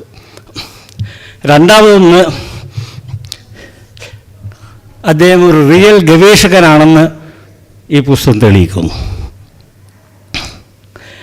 അതിനെക്കുറിച്ച് ഞാൻ കൂടുതൽ സംസാരിക്കുന്നില്ല. കൂടാതെ ഒരു യാത്രികൻ എന്നുള്ള ഭാഗവും ഈ പുസ്തകത്തിലുണ്ട്. ഓൾ ഓവർ ദ വേൾഡ് സഞ്ചരിച്ചിട്ടുള്ളൊരു വ്യക്തി എന്ന നിലയിൽ ഒരു സോഷ്യൽ റിഫോർമർ എന്ന തലത്തിൽ പല കാര്യങ്ങളും പങ്കെടുത്ത കാര്യം. അപ്പോൾ ഇങ്ങനെയുള്ള വ്യക്തിത്വം മുഴുവനും ഈ പുസ്തകത്തിൽ റിഫ്ലക്റ്റ് ചെയ്തിട്ടുണ്ട്. പക്ഷെ ഇതിൽ പ്രകടിപ്പിക്കാത്ത 1-2 കാര്യങ്ങൾ ഒന്ന് ഞാൻ ഓർമ്മിപ്പിക്കുകയാണ്. പലതിലും നല്ല തെളിച്ചമുണ്ടെങ്കിലും ചില കാര്യങ്ങൾ അത്ര തെളിച്ചം പോരാ. ഇത് റിവൈസ് ചെയ്യുമ്പോൾ, ഈ പുസ്തകം റിവൈസ് ചെയ്യുമ്പോൾ ആ ഭാഗത്തിന് കൂടുതൽ തെളിച്ചം കൊടുക്കണം എന്നൊരപേക്ഷയുണ്ട്. അതിലൊന്ന്, ഒരു അധ്യാപകൻ എന്ന നിലയിൽ പ്രൊഫസർ KK ജോർജിൻ്റെ എക്സ്പീരിയൻസ് ഒന്നുകൂടെ വിപുലീകരിക്കണം. അത് കുറച്ചുകൂടെ എക്സ്പാൻഡ് ചെയ്യണം. 2, ഒരു റിസർച്ചർ എന്ന നിലയിൽ പ്രൊഫസർ KK ജോർജിൻ്റെ റിസർച്ച് ഫൈൻഡിങ്സിനെ സമൂഹത്തിന് നന്മയും മേന്മയും എന്താണെന്ന് ചൂണ്ടിക്കാണിക്കാനുള്ള ഒരു പ്രത്യേക സെക്ഷൻ കൂടെ ഉണ്ടായിരിക്കണം. അത് ഉണ്ടെങ്കിലും അത്ര തെളിച്ചമില്ല. ഇതിൽ കൂടുതൽ തെളിച്ചം ഉണ്ടാക്കാൻ വേണ്ടിയിട്ട് ജോർജ് സാറിൻ്റെ റിസർച്ച് ഫൈൻഡിങ്സും limits of Kerala development publish ചെയ്ത ആർട്ടിക്കിൾസും റിസർച്ച് ഗൈഡ് ചെയ്ത ഇതും ഇതൊക്കെ ഒന്ന് കൺസോളിഡേറ്റ് ചെയ്ത് അതൊന്ന് വ്യക്തത വരുത്തണം എന്നുള്ള അഭിപ്രായമുണ്ട്. അടുത്ത ഇഷ്യൂ, ഒന്നുകൂടെ ഒരു അഭിപ്രായം, ഈ പുസ്തകത്തിൻ്റെ ആപ്റ്റ് ടൈറ്റിലാണിത്, a journal of my life. It is not a journey of my life.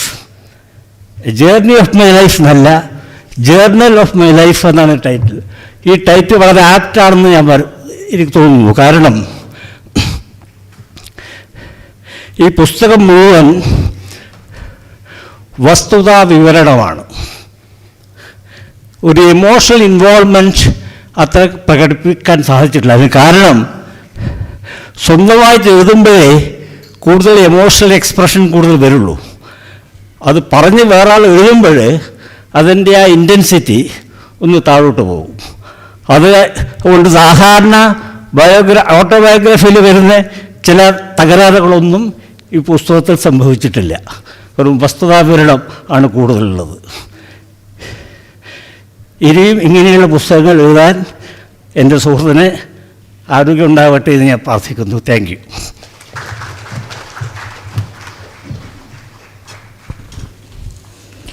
I now request Professor Joseph Taramangalam, Professor Emeritus, Mount St. Vincent University, Halifax, Canada, to offer his felicitations.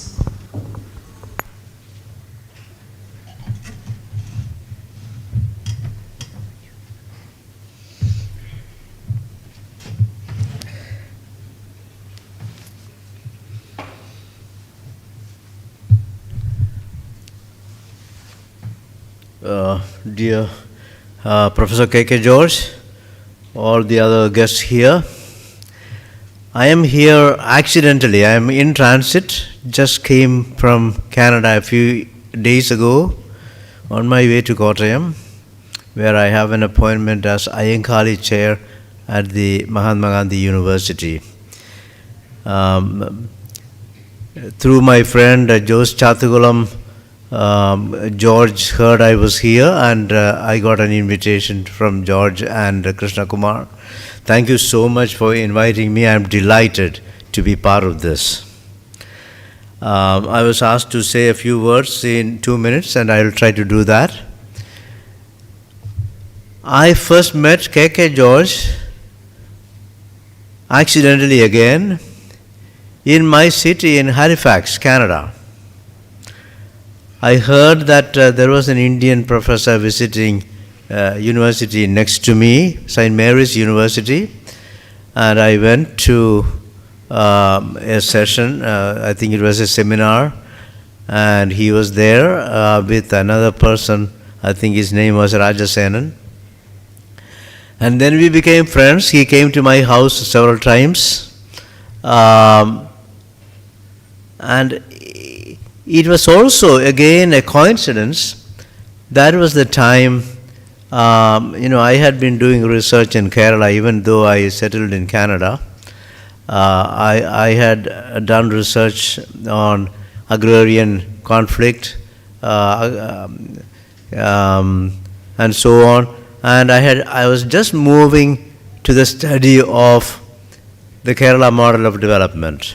I had spent some time at the CDS researching this, and it so happens I was most influenced by one book.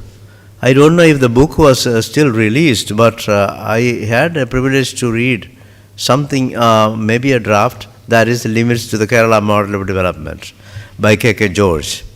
I think Thomas Isaac referred to that book as the most cited book by him. I read that and it influenced me a lot. So I wrote, and I had discussions with him about a paper I was preparing for the Bulletin of Concerned Asian Scholars, which later became known as Critical Asian Studies. I was in the editorial board of that journal, and I was preparing a review essay on the Kerala model of development.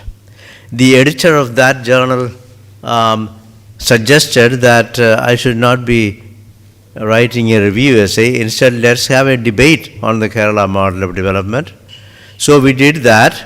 I wrote the lead article, and the editor invited 10 reputed Kerala scholars to respond, and then at the end of that I wrote a rejoinder, and these were published in 2 issues of the Bulletin of Concerned Asian Scholars.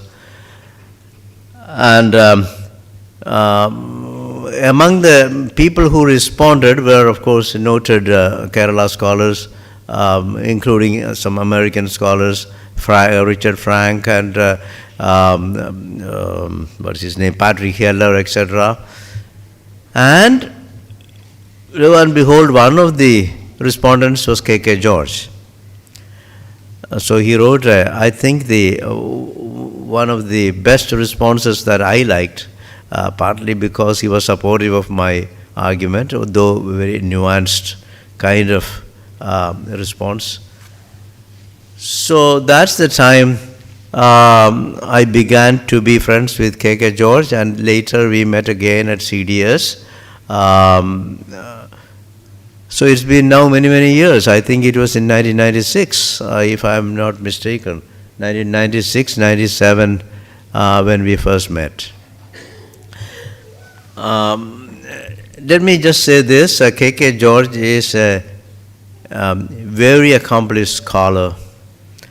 His work, I am not an economist, I'm a sociologist, but his work on public finance, his work on the Kerala model of development,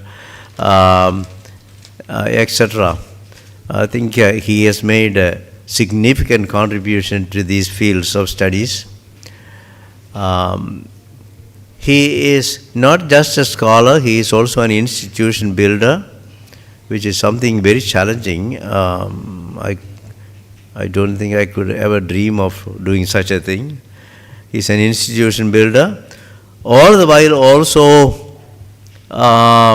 being intimately connected to his family and relatives, even making compromises in his jobs to be close to the family. He is a wonderful human being. I took a quick look at the book. Of course, I will be reading it very carefully, and I was very impressed. A journal of my life. Usually, I'm not very fond of people writing memoirs. They want to glorify themselves. Not so in this book. It's actually a very, very honest, written with humility. And towards the end, the last chapter, the epilogue, I was very impressed by that because it includes spiritual reflections on his life as a whole.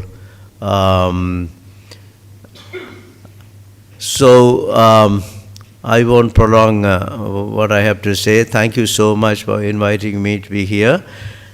And as you are suffering from some health issues, memory loss, I think, is completely gone. There's no memory loss. If you read the book, you will see. Yeah. So keep going. I think it was the intellectual Chomsky who said, follow the bicycle principle. Keep riding or you will fall. So please keep going and writing more. And thank you so much. Thank you, everyone. I'll stop here.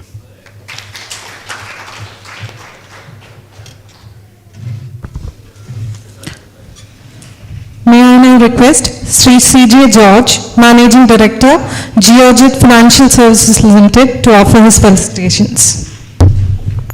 Professor K.K. George, Dr. Thomas Isaac, Justice C. N. Ramachandran Nair, Vice Chancellor C. Madhusudanan, Dr. Homis Tharagan, dignitaries on the dais and off the dais. ഞാൻ ആദ്യമായിട്ട് George സാറിന് എല്ലാവിധ മംഗളാശംസകളും നേർന്നുകൊണ്ട് തുടങ്ങട്ടെ. ഒരിക്കൽ കൂടി എന്നെ ഈ വേദിയിലേക്ക് സംസാരിക്കാനായിട്ട് ക്ഷണിച്ച CSCൻ്റെ പ്രതിനിധികളോടും ഞാൻ നന്ദി പ്രകാശിപ്പിക്കുന്നു. ഞാൻ പൊതുവാൾ സാറിനെ ബഹുമാനിച്ചുകൊണ്ടാണ് മാസ്ക് വെച്ചത് കേട്ടോ. പൊതുവാൾ സാറിനോട് ആദ്യമായിട്ടൊരു കാര്യം പറയാം. ഇത് ജേർണലിൽ നിന്ന് വന്നത് സാറിൻ്റെ ബാങ്കർ കരിയറിൽ നിന്നാണ്. സാറ് ജേർണലിൽ നിന്ന് എഴുതിയാൽ പോരാ, ജേർണലിൽ നിന്ന് തന്നെ വേണം. എനിക്ക് ഒന്ന് രണ്ട് സജഷൻസ് പൊതുവാൾ സാറ് പറഞ്ഞതുപോലെ തന്നെ റിവൈസ്ഡ് എഡിഷനെ കുറിച്ച് അല്ലെങ്കിൽ സെക്കൻഡ് എഡിഷനെ കുറിച്ച് രണ്ട് സജഷൻസ് പറഞ്ഞുകൊണ്ട് ഞാൻ അവസാനിപ്പിക്കുക. ഒന്നാമത്തെ കാര്യം, ഈ പുസ്തകം വായിച്ചപ്പോൾ ആദ്യമായിട്ട് പറഞ്ഞിട്ട് പ്രൊഫസർ C.T. കുര്യൻ ഒരു എഴുത്തെഴുതിയിട്ടുണ്ട്. ആ എഴുത്ത് ഈ പുസ്തകത്തിൻ്റെ ഭാഗമാണ്. അദ്ദേഹം എഴുതിയിരുന്നത് പോലെ തന്നെ ഞാനും വായന തുടങ്ങിയത് അങ്ങനെയായിരുന്നു. 1-2 ദിവസമായിട്ട് തീർക്കാമെന്ന് വിചാരിച്ച് ഞാൻ ഒറ്റ ദിവസം കൊണ്ട് വായിച്ചു തീർത്തു. അപ്പോൾ ഈ പുസ്തകത്തിലൊരു കാര്യം കാലം മെൻഷൻ ചെയ്തിട്ടില്ല എന്നുള്ളതാണ്. ഒരു തീയതിയും സാറിൻ്റെ ജന്മദിനം ഉൾപ്പെടെ ഒരു തീയതിയും മെൻഷൻ ചെയ്യാത്ത ഒരു ഓട്ടോബയോഗ്രഫി എഴുതുമ്പോൾ അതൊരു കാലഘട്ടത്തിൻ്റെ കഥ കൂടിയായിട്ട് മാറണമല്ലോ. അപ്പോൾ അതൊരു മിസ്സിങ് പോയിൻ്റാണ്. ഒരു പക്ഷേ സാറിൻ്റെ സുഹൃത്തുക്കളും CSCSസും ഒക്കെ സഹായിച്ചുകൊണ്ട് അതൊന്ന് തിരുത്താനായിട്ട് ശ്രമിക്കണം. രണ്ടാമത്തെ കാര്യം, K.K. ജോർജ് സാർ എഴുതുന്നത് കൊണ്ട് എൻ്റെ ഒരു പ്രതീക്ഷ സെൻട്രൽ സ്റ്റേറ്റ് ഫൈനാൻഷ്യൽ റിലേഷൻ്റെ ചരിത്രം കൂടി സറ്റിലായിട്ട് വരും, അതിൽ നിന്നൊരു പ്രതീക്ഷ ഉണ്ടായിരുന്നു. ഈയിടെ മൊണ്ടൻസിംഗ് അലുവാലി അദ്ദേഹത്തിൻ്റെ ഓട്ടോബയോഗ്രഫി എഴുതിയപ്പോൾ ഇന്ത്യയുടെ ലിബറലൈസേഷൻ്റെ ഒരു ചരിത്രം കൂടിയായിരുന്നു. അപ്പോൾ ഡോക്ടർ തോമസ് ഐസക്ക് പറഞ്ഞ മാതിരി ഇതിനൊരു കണ്ടംപററി റിലവൻസും കൂടി കൂടുതലാണ് ഈ സെൻട്രൽ സ്റ്റേറ്റ് ഫൈനാൻഷ്യൽ റിലേഷൻസ്. അതുകൊണ്ട് അത് സറ്റിലായിട്ട് പറഞ്ഞു പോയാൽ മതി, പക്ഷേ അത് അത്യാവശ്യമാണെന്നുള്ള അഭിപ്രായക്കാരനാണ്. അവിടെയാണ് കെ ജോർജ് സാറിൻ്റെ ഒരു കോൺട്രിബ്യൂഷൻ്റെ റിലവൻസ് ഇരിക്കുന്നത്. അത് അവസാനത്തെ ചാപ്റ്ററിലെങ്കിലും അത് ആ ഒരു ചരിത്രം, അവസാനത്തെ ചാപ്റ്ററിലല്ല, സാർ ഗവേഷണം തുടങ്ങിയപ്പോൾ മുതൽ RBIയിൽ വെച്ച് എഴുതിയിരുന്ന ലേഖനങ്ങൾ മുതൽ സറ്റിലായിട്ട് അതിൻ്റെ ചരിത്രം കൂടി വന്നാലേ ഈ പുസ്തകവും ഈ ഓട്ടോബയോഗ്രഫിയും പൂർണ്ണമാവുള്ളൂ എന്നാണ് എൻ്റെ തോന്നൽ. അതിൻ്റെ നിർദ്ദേശം കൂടി സമർപ്പിച്ചുകൊണ്ട് ഞാൻ എൻ്റെ വാക്കുകൾ അവസാനിപ്പിക്കുന്നു. സാറിന് ഒന്നുകൂടി മംഗളാശംസകൾ നേരുന്നു.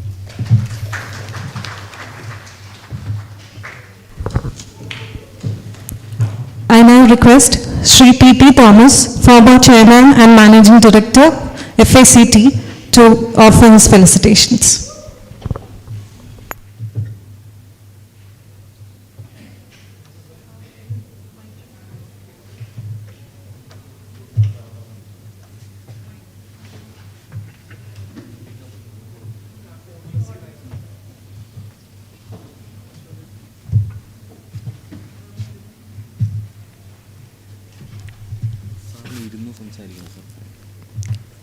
Dr. Thomas Isaac, Justice Ramachandran Nair, distinguished invitees and other persons on the dais.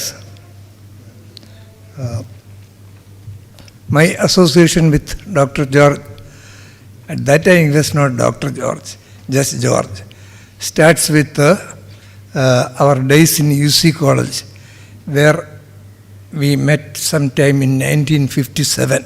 He was my next door neighbor. And thereafter, he was an economics student. I was a physics student doing BSc Physics. With the various scholars and others who were teaching us economics at that time, Dr. M.A. Imman, Dr. M.E. Kurian, etc., I was somehow influenced to study economics, and there was no way of doing it in Kerala University for doing a post-graduation. So I went to Agra University for taking a postgraduate degree in economics, and then came back, and he and I took different routes. I went for industry, he went for academics and banking. And we have met thereafter at CSCS, where George called me over to come and participate in the activities there. Considering the various contributions of Dr. George, I consider establishment of CSCS by three musketeers, I must say, who took tremendous risk in starting that organization in a very small way. But George nurtured it, mentored it, and gave some core values to the institution so that it survives today and it will continue to prosper, I am sure. Institution building, this is an example of what he has done, because the core values stay.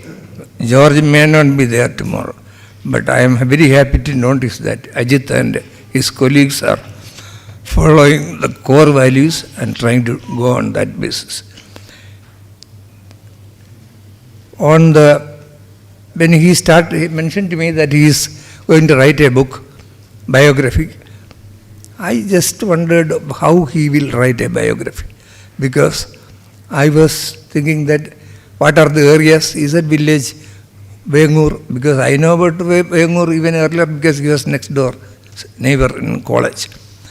I thought it is, everybody knows village life. എല്ലാവരും വില്ലേജിൽ നിന്നാണ് വന്നിട്ടുള്ളത്, എല്ലാവർക്കും എല്ലാ അവിടുത്തെ സംവിധാനങ്ങളൊക്കെ അറിയാം.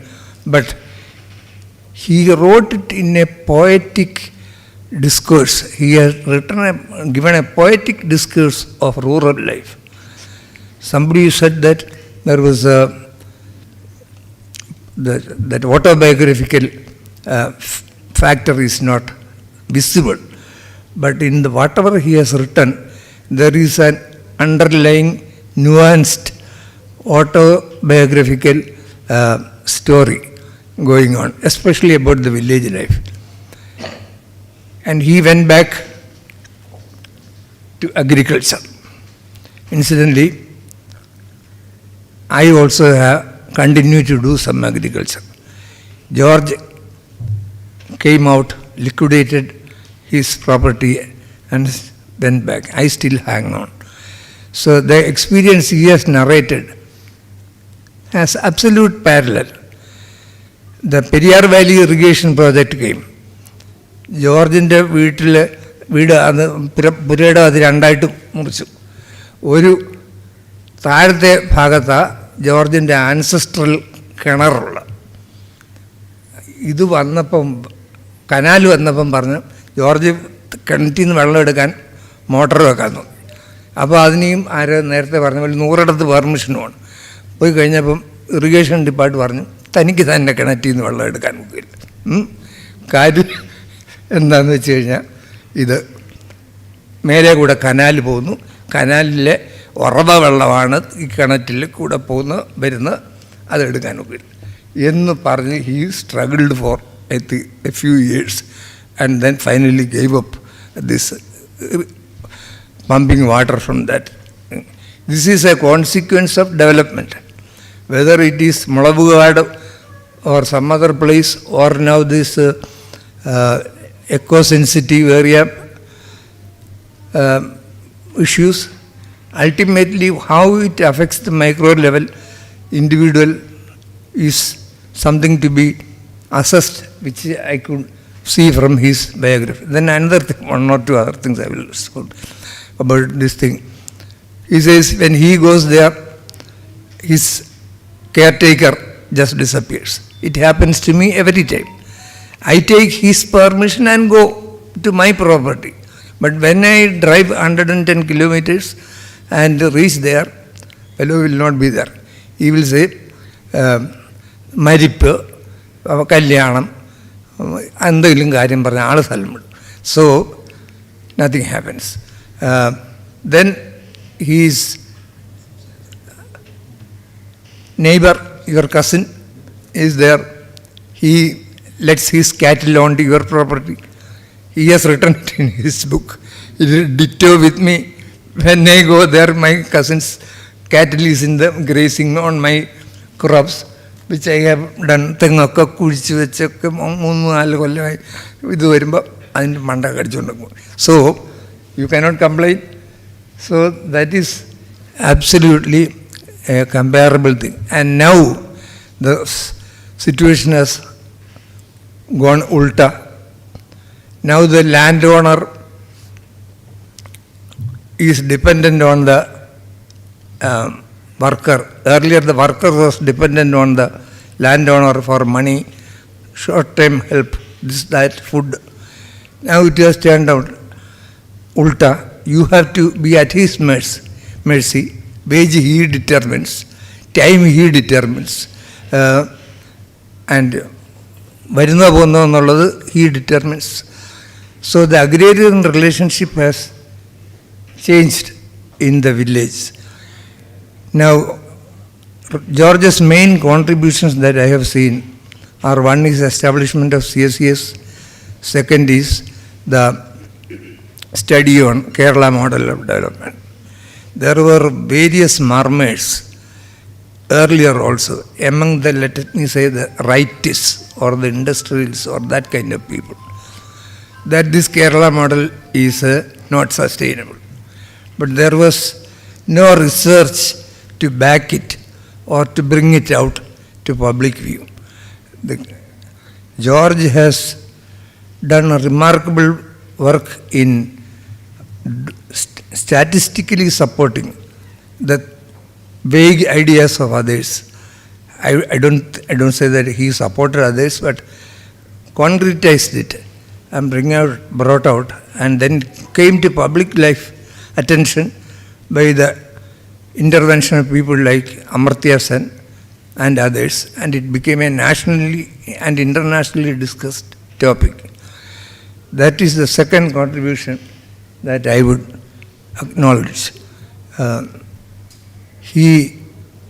Central state financial flows is a easy subject. He had thoroughly studied that and brought out with his analysis of it. There has been a paradigm shift in the central state finance flows after the introduction of the GST. So, and also the thesis that now goes on, that India is not a union of states. It is stated in the constitution that, in the preamble itself, I think, India is a union of states. There is an argument now going on, it is not a union of states for various reasons. To weaken perhaps the federalism, which is the core issue. So, in that context, CSCS should take another study of the central state financial flows, which will be acknowledged as apolitical and will get approval from the intellectuals of the state and the country, I suppose. Now, for the Kerala model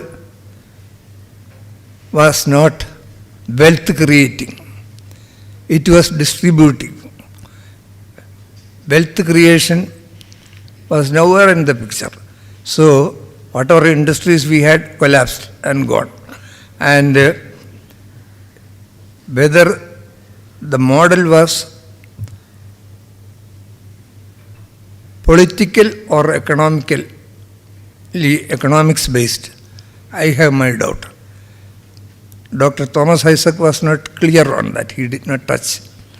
But my impression and many others' impression was that it was not an economically thought out program, but more of a political thing which of course took that shape and did well thereafter.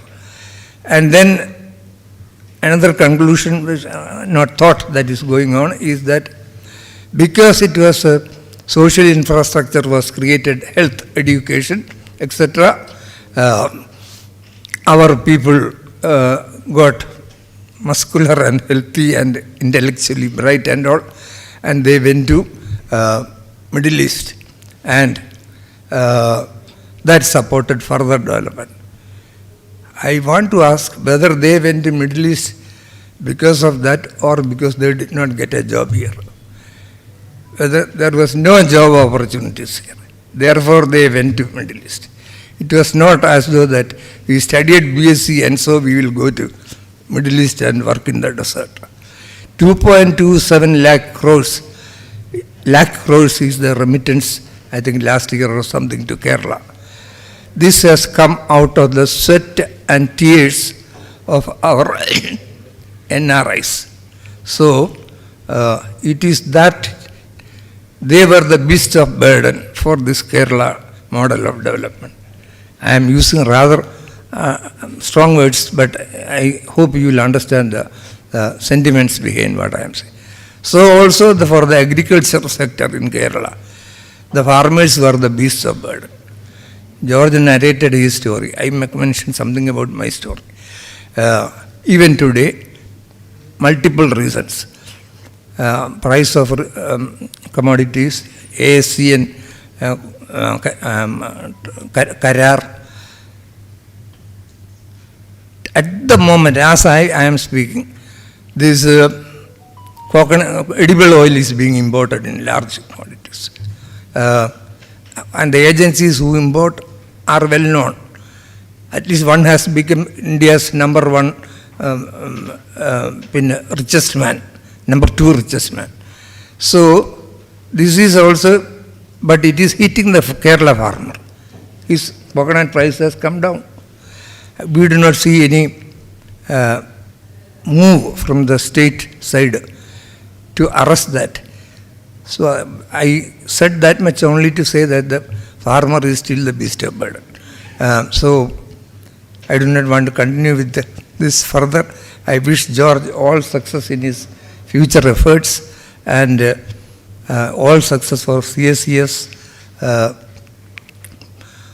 and a very happy and vigorous, I won't say retired life, but incidentally, he had a loss of memory.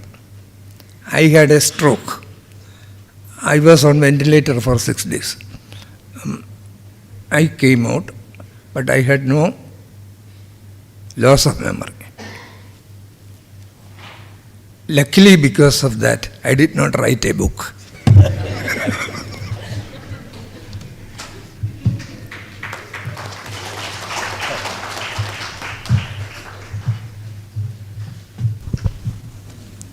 I now request Ms. K.C. Ranjini, former Deputy General Manager, SIDBI, to offer her felicitations.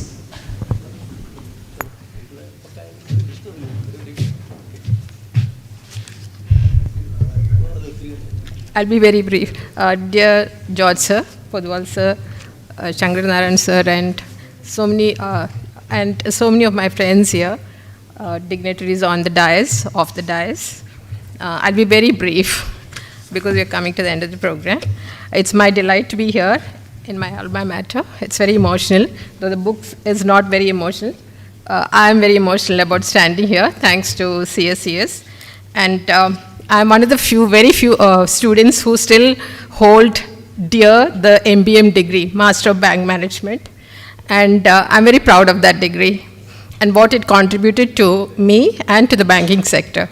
And when I went through George's book, chapter 8 especially, I really understand the pain with which the resources were gathered, the academic resources, the thoughts, the deep planning that went into creating this degree, and the eminent personalities that served on the board.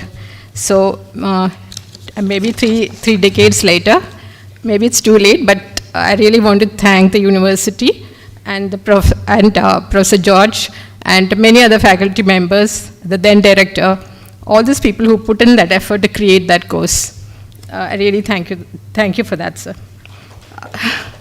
So George sir came to, this degree did not exist before 1978, and it folded up within 2 or 3 years, sadly. George sir came to teach us banking from both the theory and practice. He imparted that knowledge to us in his own signature style. It was professional, but at the same time very personal. That was George's signature. He was very personal. He knew his students very personally. I wasn't a very bright, maybe I'm just an average student, but he sort of prophesied over me, you're going to join IDBI. I don't know what made him say that, and I joined. But in between there was a recruitment, there were some exams, there were interviews, all that was cleared. But somebody else also mentioned that sir has a prophetic streak. I stand testimony to that. He taught us ethics of banking in his inimitable style. He taught us, he told us that a customer came to give him a gift while he was in the banking sector. As a Diwali gift, he bought sweets, and that he tucked in a sari for ma'am, Shali ma'am. And he rebuked the customer saying that Podava Kodukal means something else in our culture. I still remember this. Even my classmates still recall this incident. And many an occasion I have had chances to recollect this Podava Kodukal anecdote in my banking career as well. So that he taught us dignity in banking. We don't have to take anything back from the customers. We are there to serve him. And in the midst of so many banking scams, we still respect those bankers who had dignity, who taught us dignity. There were bankers, there are bankers, and there will be bankers who value dignity. So that is an ethical part that he imparted to us. And I briefly tried to study something, prepare for civil services, and also had a stint of PhD under the guidance of Professor George.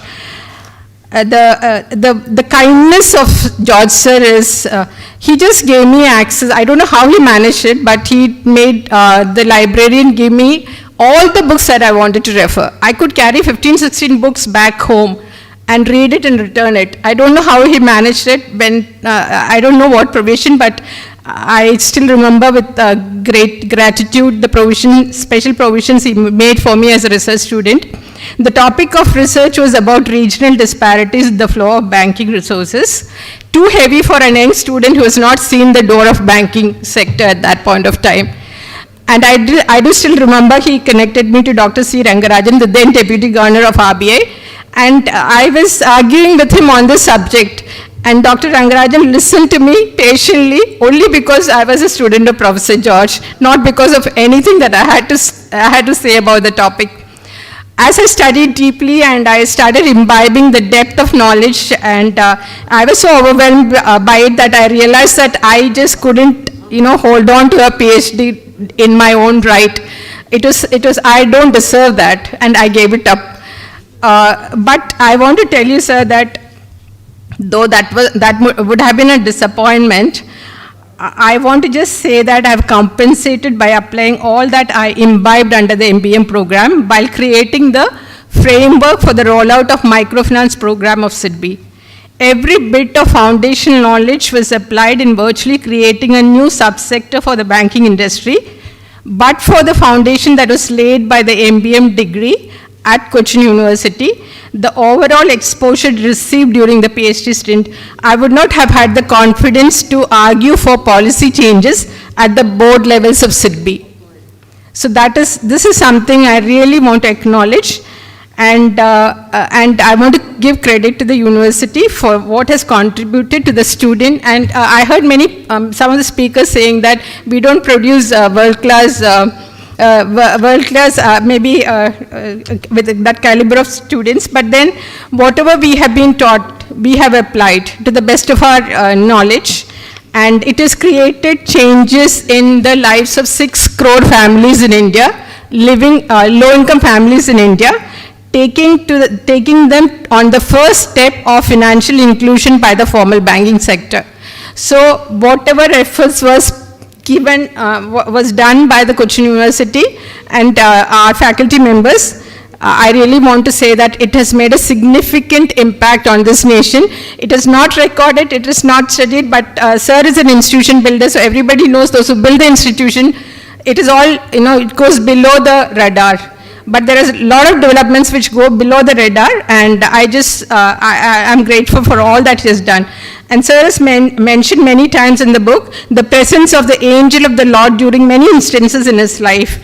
And I'm sure that it is that divine hand of the angel of the Lord that brought me to SMS to study in the course that never existed before and after. Sometimes I felt it was just for me to create something new to serve so many millions of people. I do believe that the same divine hand will guide sir and his family in the coming years. Wishing sir and Shirley ma'am and his entire family good health and deep peace in the days to come. Thank you. I wrote down this because I knew that because of emotional angles, I wouldn't be able to speak coherently. So I wrote down the notes. Again, public speaking taught by Cochin University.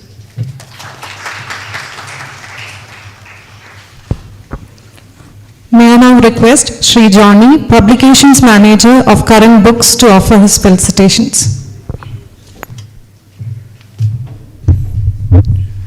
വേദിയിലെയും സദസ്സിലെയും വിശിഷ്ട വ്യക്തിത്വങ്ങളെ, സുഹൃത്തുക്കളെ, George സാറിൻ്റെ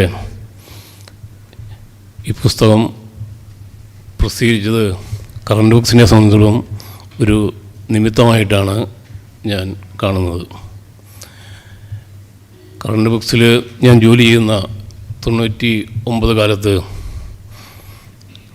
George സാറിൻ്റെ ഒരു പുസ്തകം പ്രസിദ്ധീകരിക്കാൻ വേണ്ടിയിട്ട് ഞാൻ George സാറിനെ പല പ്രാവശ്യം വിളിച്ചിട്ടുണ്ട്. അന്നത് നടന്നില്ല. ഈ ഓട്ടോബയോഗ്രഫി ഇപ്പോൾ പ്രസിദ്ധീകരിക്കാൻ കഴിഞ്ഞതിൽ അതിയായ സന്തോഷമുണ്ട്. അതും കൊച്ചിൻ യൂണിവേഴ്സിറ്റിയുടെ ആദ്യ വൈസ് ചാൻസലറായിരുന്ന ജോസഫ് മുണ്ടശ്ശേരിയുടെ സ്ഥാപനം തന്നെ ഇത് പ്രസിദ്ധീകരിച്ചു എന്നതിൽ ഞങ്ങൾക്ക് അഭിമാനമുണ്ട്, സന്തോഷമുണ്ട്. കെ ജോർജ് സാറിനെ കുറിച്ച് ഇവിടെ പറഞ്ഞ ഈ കാര്യങ്ങൾ എല്ലാം ഒരുപക്ഷെ വളരെ കൃത്യമായി തന്നെ നമ്മുടെ കേരളീയ സമൂഹം ഡോക്യുമെൻ്റ് ചെയ്യപ്പെട്ടിട്ടുണ്ട്. എല്ലാവർക്കും അറിയാവുന്നതാണ്. കേരള മോഡൽ എന്ന രീതിയിൽ കേരളത്തിന് വേണ്ടി അദ്ദേഹം ചെയ്ത വലിയ സംഭാവനകൾ ഒരുപക്ഷെ ഭാവിയിൽ കൂടുതൽ വിലയിരുത്തപ്പെടും എന്ന പ്രതീക്ഷയോടെ എല്ലാ ഭാവങ്ങളും നന്ദി.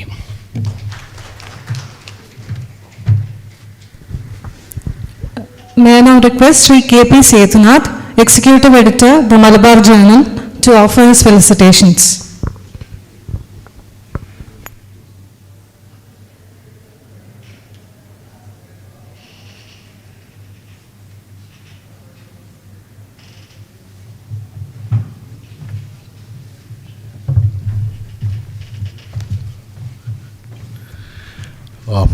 വേദിയിലും സദസ്സിലും ഇരിക്കുന്ന എല്ലാവർക്കും ഞാനിവിടെ പ്രധാനമായിട്ടും ജോർജ് സാറിനെ സംസാരിക്കുന്ന ഒരു മാധ്യമപ്രവർത്തകൻ എന്നുള്ള നിലയിലാണ്. 1980കളുടെ രണ്ടാം പകുതിയിലാണ് ഞാൻ മാധ്യമപ്രവർത്തനം തുടങ്ങുന്നത്. ആ സമയത്താണ് ഈ പറയുന്ന ഈ കേരള മോഡലെന്ന് പറയുന്ന ഒരു വിഷയം നമ്മുടെ മെയിൻ സ്ട്രീം മീഡിയയിൽ ഒരു കണ്ടൻ്റായിട്ട് വരുന്നത്. അപ്പോൾ മെയിൻ സ്ട്രീം മീഡിയയിൽ ഈ കണ്ടൻ്റായിട്ട് വരുന്നതിൻ്റെ ഒരു ഇതിൽ ആ സമയത്ത് എന്താണ് ഈ കേരള മോഡൽ, ഈ പറയുന്ന സെൻട്രൽ സ്റ്റേറ്റ് ഫിനാൻസസ്, ഇത്തരം വിഷയങ്ങളിൽ നമ്മൾക്ക് അഥൻറ്റിക്കായിട്ട് സംസാരിക്കാൻ പറ്റുന്ന ഒരു കമൻറ്റ് ചോദിക്കാൻ പറ്റുന്ന ഒരാളായിട്ടായിരുന്നു ജോർജ് സാറിനെ കണ്ടിട്ടുള്ളത്. അത് പ്രത്യേകിച്ച് ഞാനിവിടെ 95 എറണാകുളത്തെ ഫിനാൻഷ്യൽ എക്സ്പ്രസിൻ്റെ ലേഖകനായിട്ട് വരുമ്പോഴത്തേക്ക് ആ സമയത്തെല്ലാം തന്നെ ഈ പറയുന്ന വിഷയങ്ങൾ അന്നത്തെ കാലത്ത് ഫിനാൻഷ്യൽ ജേണൽ എക്സ്പ്രസ് പോലുള്ള പത്രങ്ങൾ ഇത്തരം മാക്രോ ലെവൽ എക്കണോമിക്സ് കവർ ചെയ്യുന്നൊരു കാലമായിരുന്നു. ഇന്നത്തെ പോലെ അല്ല. വെറും സ്റ്റോക്ക് മാർക്കറ്റ് മാത്രമായിട്ട് എക്കണോമിക്സ് ചുരുങ്ങാത്തതും അല്ലെങ്കിൽ ഫിനാൻഷ്യൽ മാറ്റേഴ്സ് ചുരുങ്ങാത്തതും കാലമായിരുന്നു. പിന്നെ ജോർജ് സാറിൻ്റെ വളരെ സവിശേഷമായിട്ടുള്ളൊരു കാര്യം, നമ്മളിവിടെ ഇപ്പോൾ ഈ ബജറ്റ് അനാലിസിസ് എല്ലാം പറയുന്ന സാധനം നടക്കും. ധനമന്ത്രി പറയുന്ന ബജറ്റ് സ്പീച്ചിനെ വെച്ചിട്ടാണ് മിക്കവാറും മാധ്യമങ്ങളിൽ ബജറ്റ് അനാലിസിസ് നടത്തുന്നത്. അപ്പം ജോർജ് സാറിൻ്റെ അടുത്ത് അന്ന് 95 ഞാൻ ചോദിച്ചിരുന്നു, ഒരു ബജറ്റ് അനാലിസിസ് എഴുതി തരാമെന്ന് ചോദിച്ചു. ജോർജ് സാർ പറഞ്ഞു, ഈ TV-യിൽ വരണത് കൊണ്ട് ബജറ്റ് അനാലിസിസ് നടത്താൻ പറ്റില്ല, അതിൻ്റെ ഫിനാൻഷ്യൽ പേപ്പേഴ്സും മറ്റു ഡീറ്റെയിൽസും കിട്ടിയതിന് ശേഷം മാത്രമേ അത് ചെയ്യാൻ പറ്റുള്ളൂ. അപ്പോൾ ഞാൻ പറയുന്നത് ബേസിക്കലായിട്ട് ഒരു ബിസിനസ് റിപ്പോർട്ടിംഗ് എന്ന് പറയുന്നത് economic matters, central state relationship ആയാലും മറ്റ് ഫിനാൻഷ്യൽ ഡീറ്റെയിൽസ് എങ്ങനെ റിപ്പോർട്ട് ചെയ്യണമെന്നുള്ളത് ഞാനടക്കമുള്ള ഒരു ജേർണലിസ്റ്റ് തലമുറയിൽ പഠിക്കാനായിട്ട് എനിക്ക് അവസരം ഉണ്ടാക്കി തന്ന ഒരാളെന്നുള്ള നിലയിലാണ് ജോർജ് സാറിനെ ഞാൻ കാണുന്നതും. അപ്പോൾ അദ്ദേഹത്തിൻ്റെ ഈ ചടങ്ങിൽ സംസാരിക്കാനായിട്ട് ഇവിടെ അവസരം കിട്ടിയത് എൻ്റെ ഒരു ഇതായിട്ട് ഞാൻ കാണുന്നു. ഇതിൻ്റെ സംഘാടകരോട് നന്ദി പറഞ്ഞുകൊണ്ട് ഞാൻ ജോർജ് സാറിന് എല്ലാ ഭാവങ്ങളും നേർന്നുകൊണ്ട് എൻ്റെ വാക്കുകൾ അവസാനിപ്പിക്കുന്നു.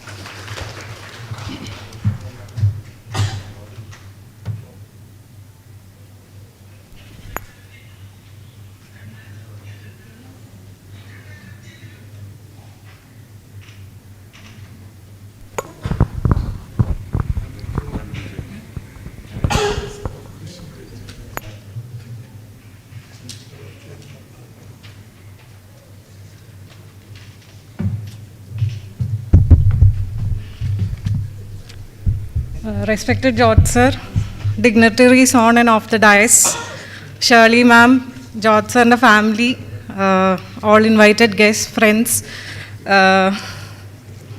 I'm extremely honored for having this opportunity to offer felicitations to George sir on my own personal behalf and as a representative of my institution, CSCS. It is actually very overwhelming for me right now. Karanam, my nearly 2-decade-long journey with CSCS started with George sir and work.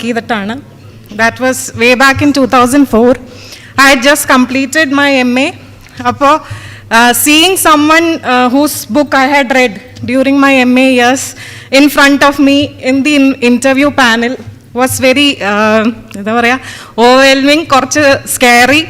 പക്ഷേ അതേപോലെ Michael Tharakan സാറും അജിത് സാറും ആയിരുന്നു പാനലിൽ ഉണ്ടായിരുന്നത്. And the project was on working on changes in Kerala's education system. 2-3 പേര് ഇവിടെ പറഞ്ഞു സാറിൻ്റെ ഇൻസ്റ്റിറ്റ്യൂഷണൽ ബിൽഡിംഗ് അല്ലെങ്കിൽ CSCS എന്നുള്ളൊരു സ്ഥാപനം ഉണ്ടാക്കാൻ സാറിൻ്റെ ഒരു റോളിനെ പറ്റി പറഞ്ഞു. അതിൽ 1-2 CSCS is now renowned as a research institute. It has expertise in conducting surveys and studies and everything. But അതിലെ കുറച്ച് എസെൻസ് എന്ന് പറയുന്ന ചില കാര്യങ്ങളുണ്ട് in which സാറിൻ്റെ കോൺട്രിബ്യൂഷൻ ഹാസ് ബീൻ സിഗ്നിഫിക്കൻറ്റ്. അതെനിക്ക് എടുത്ത് പറയണമെന്നുണ്ട്. കാരണം 2-3 പേര് പറഞ്ഞത് സർ ആസ് എ റിസർച്ചർ മാത്രമല്ല, മോൾഡിങ് യങ് റിസർച്ചേഴ്സിൽ സാറിൻ്റെ റോൾ ഭയങ്കര സിഗ്നിഫിക്കൻ്റ് ആണ്. I am a standing testimony to that. കാരണം ഞാൻ റിസർച്ച് എന്നുള്ളൊരു കരിയർ ചൂസ് ചെയ്യാൻ തന്നെ കാരണം CSCSും അതേപോലെ ജോർജ് സർ എന്ന് പറയുന്ന ഒരു അറിയപ്പെടുന്ന സാമ്പത്തിക വിദഗ്ധൻ്റെ കൂടെ എനിക്ക് വർക്ക് ചെയ്യാൻ പറ്റിയ ഒരു ഭാഗ്യം കൊണ്ടുകൂടിയാണ്. How a researcher should be എന്നുള്ളത് ഞാൻ കുറേ പഠിച്ചത് സാറിൻ്റെ അടുത്ത് നിന്നാണ്. The diligence and hard work that he use to put in research. എനിക്ക് ആസ് എ ബിഗിനർ എനിക്ക് അതൊരു ഭയങ്കര ലേണിംഗ് എക്സ്പീരിയൻസ് ആയിരുന്നു working with sir.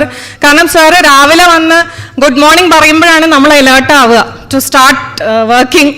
And sir just after lunch ഒരു 15 minutes പവർ നാപ്പ് എടുക്കും. അത് കഴിഞ്ഞ് he'll B back to working and reading and rewriting all his draft and everything. എന്താ നമുക്കിങ്ങനെ സ്ട്രഗിൾ ചെയ്യണം to keep up with him. And ഭയങ്കര interesting ആണ് സാറുമായിട്ടുള്ള സെഷൻസ്. ഇപ്പോൾ ഈ പറഞ്ഞ പോലെ തന്നെ കുറേ അനെക്ഡോട്ട്സ്, സാറിൻ്റെ ബാങ്കിങ് ഡേയ്സ്, സാറിൻ്റെ റിസർച്ച് എക്സ്പീരിയൻസ് എന്നൊക്കെ കുറേ നമുക്ക് ട്രാവൽ എക്സ്പീരിയൻസ് ഒക്കെ കുറേ നമ്മളുമായിട്ട് ഷെയർ ചെയ്യും. അപ്പോൾ അതൊക്കെ ഭയങ്കര മെമ്മറീസ് ആണ്. And we had gone to Delhi, Michael Tharayan sir, George സാറും ഞാനും കൂടി ഫോർ ദ സെമിനാർ. അതൊക്കെ ഭയങ്കര മെമ്മറീസ് ആണ്. അതേപോലെ തന്നെ CSCSൻ്റെ ഒരു എസെൻസ് ആണ് ദാറ്റ് ഇൻറ്റൻഷനലി ഒരു നോൺ ഹൈറാർക്കിയൽ സ്ട്രക്ചറാണ് CSCSലുള്ളത്. Rather than colleagues, I would like to say we are family, we are second family to each other. അതിലും ജോർജ് സാറിൻ്റെ റോള് ഭയങ്കര ഇമ്പോർട്ടൻ്റ് ആണ്.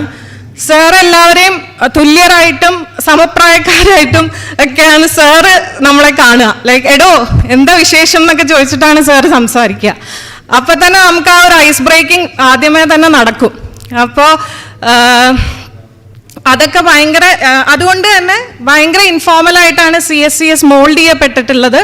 ആൻഡ് അത് CSCSൻ്റെ വലിയൊരു സ്ട്രെങ്ത് ആണ്. The camaraderie and that we all have each other's back എന്ന് പറയുന്ന സംഭവം. ഇപ്പോൾ എൻ്റെ പേഴ്സണൽ ലൈഫിൽ as family and friends stand with us during our good and bad days. എൻ്റെ കല്യാണത്തിന് ജോർജ് സാറും ഷേർലി മാമും വന്നിട്ടുണ്ട്. അതേപോലെ തന്നെ എൻ്റെ പേഴ്സണൽ ലോസസിൻ്റെ സമയത്തും ജോർജ് സാറ് വന്നിട്ടുണ്ട്. വീട്ടിൽ അനാരോഗ്യം കൊണ്ട് വരാൻ പറ്റാത്തപ്പോൾ എന്നെ വിളിച്ച് കൺസോൾ ചെയ്തിട്ടുണ്ട്. അപ്പോൾ അതൊക്കെ ഭയങ്കര സപ്പോർട്ടാണ് sir as A person, as A chairperson, as an institution തന്നിട്ടുള്ളത്. അപ്പോൾ this is just a chance to say thank you, sir, for everything. I think I'll stop with that. I would like to wish George sir, Shirley ma'am and everyone. ഒരു കാര്യം കൂടി, ഞാൻ അബുദാബിക്ക് മാറി എന്ന് പറഞ്ഞപ്പോൾ the first thing sir തന്നത്, എൻ്റെ മോൾ അവിടെ ഉണ്ട്, നമ്പർ തരാം, you need to call her എന്നുള്ളതാണ്. അങ്ങനെ ജീൻ ചേച്ചിനെ വിളിച്ച് സംസാരിച്ച് പരിചയപ്പെടുകയൊക്കെ ചെയ്തു. അപ്പോൾ ദാറ്റ് ബോണ്ട് അപ്പോഴും കണ്ടിന്യൂ ചെയ്തു എന്നുള്ളത് വളരെ സന്തോഷമുള്ള ഒരു കാര്യമാണ്. അപ്പോൾ thank you so much sir. Wishing George sir, Shirley ma'am and all his family all health, happiness and everything good in life. Thank you. നമ്മുടെ മുഖ്യാതിഥി honourable minister for industries Shri P. Rajeev ഇവിടെ എത്തിച്ചേർന്നിട്ടുണ്ട്. I request minister to address the gathering.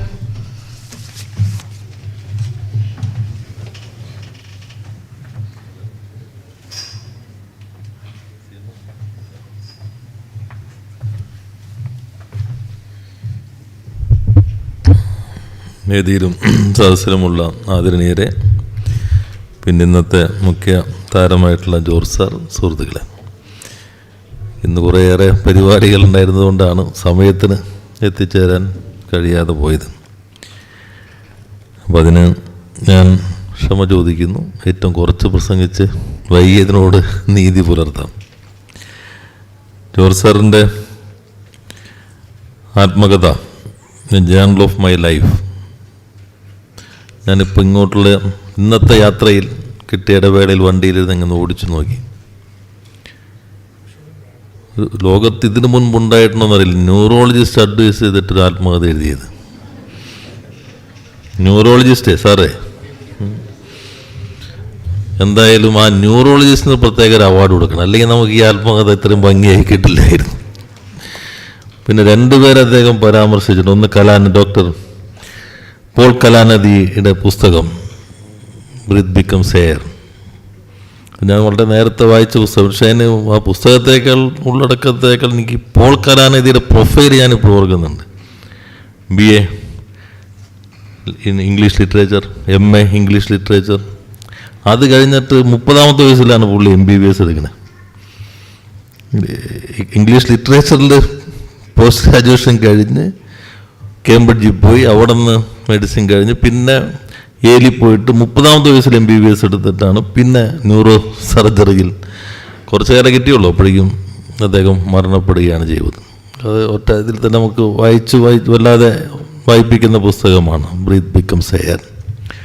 അതും സാറിനെ എഴുതാൻ സ്വാധീനിച്ചിട്ടുണ്ട്.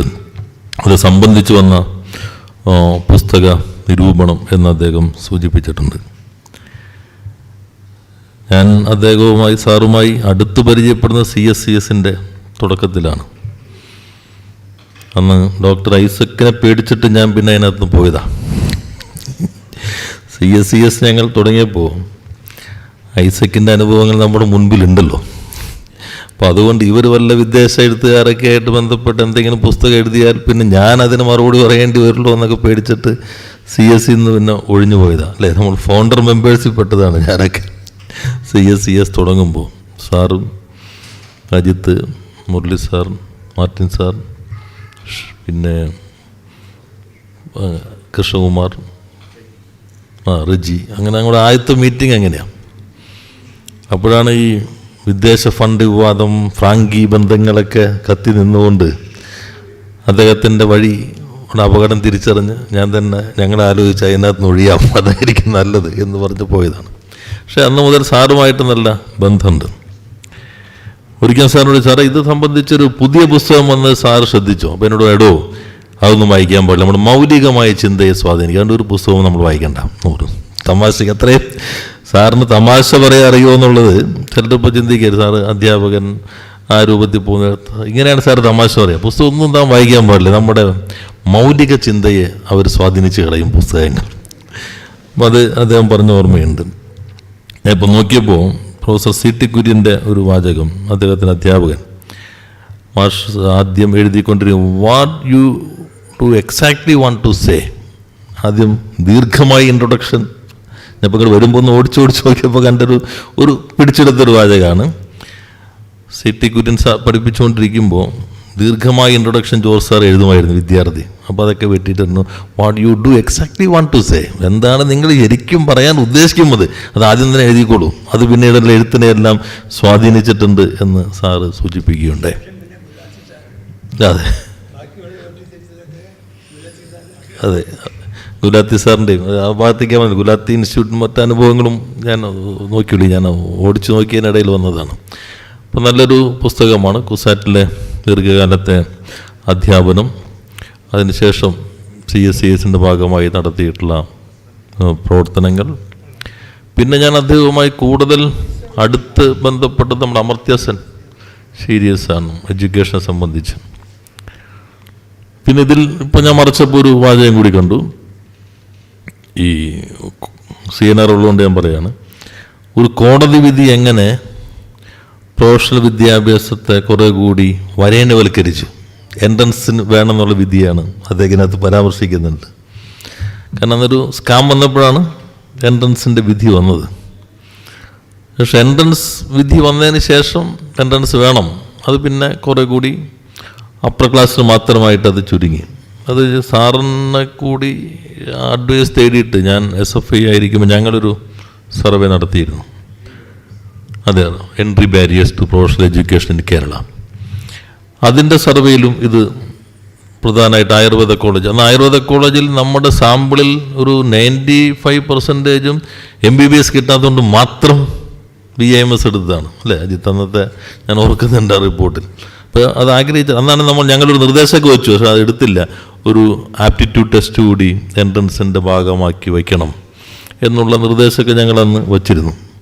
പിന്നെയാണ് അമർത്യ Sen series of lectures കേരളത്തിൻ്റെ പല ഭാഗം, കണ്ണൂർ, എല്ലായിടത്തും ഞാനൊന്ന് എൻ്റെ ഭാഗമായി സഞ്ചരിക്കുകയുണ്ടായി. പിന്നെ മൈക്കിൾ തരകൻ സാറും ഒക്കെ ഒന്നിച്ച് ഞങ്ങൾ നടത്തിയ restructuring higher education Kerala, Prabhat Patnaik commission, അതിലും അദ്ദേഹത്തിൻ്റെ അഡ്വൈസ് സഹായിച്ചിരുന്നു. ആ കാലഘട്ടത്തിലെല്ലാം മാഷുടെ ആഴത്തിലുള്ള വിഷയങ്ങളെക്കുറിച്ച് ധാരണകൾ, വിശകലന രീതിശാസ്ത്രത്തിലുള്ള നൈപുണി, അതെല്ലാം നേരിട്ട് അനുഭവിക്കാൻ, മനസ്സിലാക്കാൻ കഴിഞ്ഞിരുന്നു. എന്തായാലും സാറിൻ്റെ പുസ്തകം മനോഹരമായി എഴുതിയിട്ടുണ്ട്. വളരെ എളുപ്പത്തിൽ തന്നെ വായിച്ച് മനസ്സിലാക്കാവുന്നതാണ്. ഒരു വിധിയും കാര്യമില്ല എന്ന് എഴുതിയിട്ടുണ്ട്. അത് ഞാൻ നോക്കി. UC കോളേജിൽ പഠിക്കുമ്പോൾ അദ്ദേഹത്തോട് ഒരു ജ്യോത്സ്യനും കൂടിയായിട്ടുള്ള ഒരാൾ പറഞ്ഞു, പ്രീ യൂണിവേഴ്സിറ്റി 1 വർഷം പോവും എന്ന് പറഞ്ഞു. അത് സംഭവിച്ചില്ല. അന്ന് മുതലേ ജ്യോത്സ്യം ശരിയല്ല എന്ന് സാറ് അതിനകത്ത് എഴുതി വച്ചിട്ടുണ്ട്. വേറെ ഓടിച്ചു നോക്കിയതിനിടയിൽ കണ്ണിൽ പിടിച്ചെടുത്ത ചില വാചകങ്ങൾ മാത്രമാണ് പങ്കുവയ്ക്കുന്നത്. അത് പെട്ടെന്ന് വായിക്കാം. വളരെ രസകരമായി വിവിധ തലങ്ങൾ, യാത്രകൾ, തിരുവനന്തപുരം CDSമായി ബന്ധപ്പെട്ട അനുഭവങ്ങൾ, കുസാറ്റിൻ്റേത്. പിന്നെ ഞാൻ ശ്രദ്ധിച്ചൊരു ഭാഗം, കോതമംഗലത്തുള്ള ഇൻ്റർവ്യൂ. ഞാൻ ഇപ്പോൾ യൂണിവേഴ്സിറ്റി ഗേറ്റിലേക്ക് കയറിയപ്പോൾ നോക്കിയപ്പോൾ കോതമംഗലം MIECയിൽ ഇൻ്റർവ്യൂവിന് പോയിട്ട് ജോലിക്ക് വേണ്ടി ചെന്ന അപേക്ഷകനാണെന്നത് മറന്ന് മറ്റേ മദ്രാസ് ക്രിസ്ത്യൻ കോളേജിലെ എക്കണോമിക്സ് ക്ലാസ്സിലിരുന്ന വിദ്യാർത്ഥിയെ പോലെ ചോദിച്ചവരോട് തർക്കിച്ച് ഉള്ള ആ ജോലി കളഞ്ഞ കാര്യം പറഞ്ഞിട്ടുണ്ട്. അപ്പോൾ അവർ വെച്ച് ആശയഗതിക്കണം. അതിലെനിക്ക് പിന്നെ രസകരമായി തോന്നിയൊരു ഭാഗം, ഒരു സാർ എഴുതിയിട്ടുണ്ട്, അവിടുത്തെ എക്കണോമിക്സ് ഹെഡ് മാതൃഭൂമി വൈക്കിലിൽ സ്ഥിരമായി മനോഹരമായി കോളം എഴുതിക്കൊണ്ടിരുന്ന ആളാണ്. പിന്നെയാണ് എനിക്ക് മനസ്സിലായത് വേറൊരു പ്രസിദ്ധീകരണത്തിൽ വന്നത് കട്ട് ആൻഡ് പേസ്റ്റ് മലയാളത്തിലാക്കിയിട്ടാണെന്നുള്ളത്. അതൊരു വാചകം കൂടി. അതെ അതെ അതെ അതെ അത് മലയാളത്തിലാക്കി കൊടുക്കുന്നതാണ്. ഇങ്ങനെയുള്ള വളരെ രസകരമായിട്ടുള്ള അനുഭവങ്ങളും ഒപ്പം തന്നെ നമ്മുടെ നാടിൻ്റെ പൊതുവായ ചിത്രവും ആ കാലഘട്ടത്തിൻ്റെ ചിത്രങ്ങളെല്ലാം ഈ ആത്മകഥയിൽ പ്രതിപാദിച്ചിട്ടുണ്ട്. അപ്പോൾ എന്തായാലും ന്യൂറോളജിസ്റ്റിന് പ്രത്യേകം നന്ദി. അപ്പോൾ ന്യൂറോളജിസ്റ്റ് ചിലപ്പോൾ പറയാനിടയുണ്ട്, ഒരു പുസ്തകം കൊണ്ട് നിർത്തരുത് എന്ന് ചിലപ്പോൾ അദ്ദേഹം പറയാനിടയുണ്ട്. ഓർമ്മ കുറെ കൂടി സജീവമാക്കാനായി ഇനിയും എഴുതിക്കൊണ്ടിരിക്കാൻ, അടുത്ത തവണ കൺസൾട്ടേഷൻ പോകുമ്പോൾ ഈ പുസ്തകം വായിക്കാൻ ന്യൂറോളജിസ്റ്റിന് സമയം കിട്ടുകയാണെങ്കിൽ നിർബന്ധമായും അദ്ദേഹം അഡ്വൈസ് ചെയ്യാൻ ഇടയുണ്ട്. ഇനി അഡ്വൈസ് ചെയ്തില്ലെങ്കിലും ഈ പുസ്തകം വായിച്ചിട്ടുള്ള വായിക്കാൻ പോകുന്ന എല്ലാവരുടെയും ആഗ്രഹം ഇനിയും എഴുതിക്കൊണ്ടിരിക്കുക എന്നുള്ളത് തന്നെയാണ്. ആ ദൗത്യം നിർവഹിക്കാൻ കഴിയട്ടെ എന്ന് ആശംസിച്ചുകൊണ്ട് വാക്കുകൾ അവസാനിപ്പിക്കുന്നു. എല്ലാവർക്കും നന്ദി, നമസ്കാരം.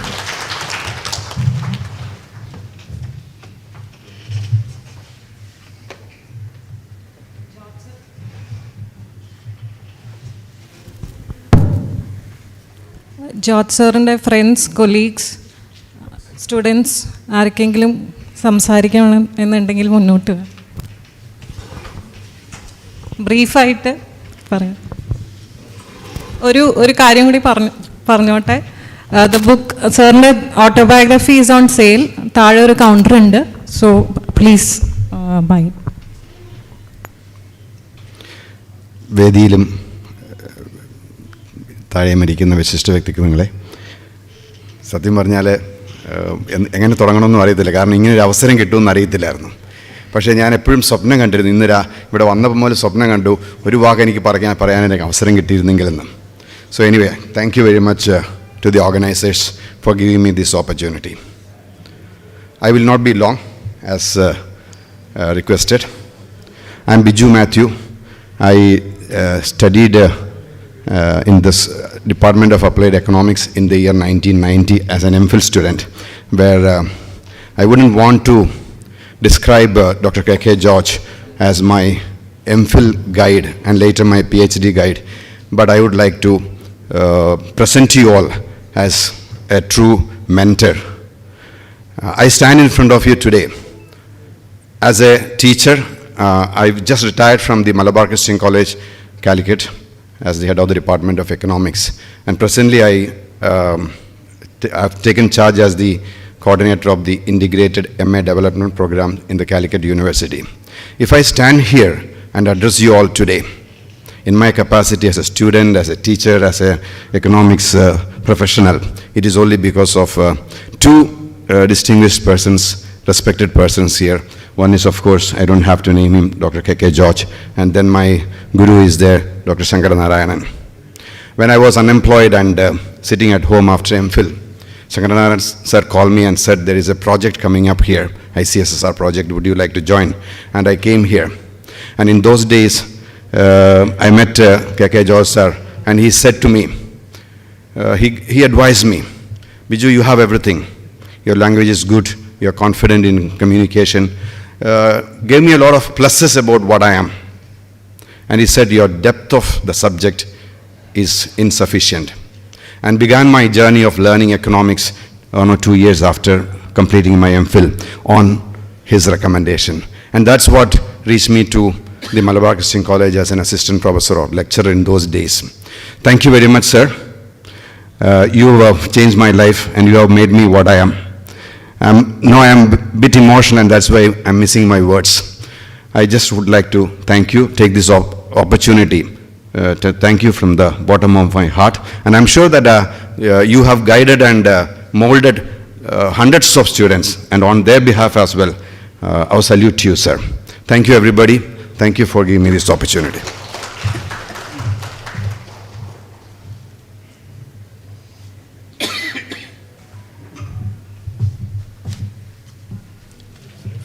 വിശിഷ്ട വ്യക്തികളെ, ഞാൻ ജോസ് ചാത്തുകുളമാണ് എൻ്റെ പേര്.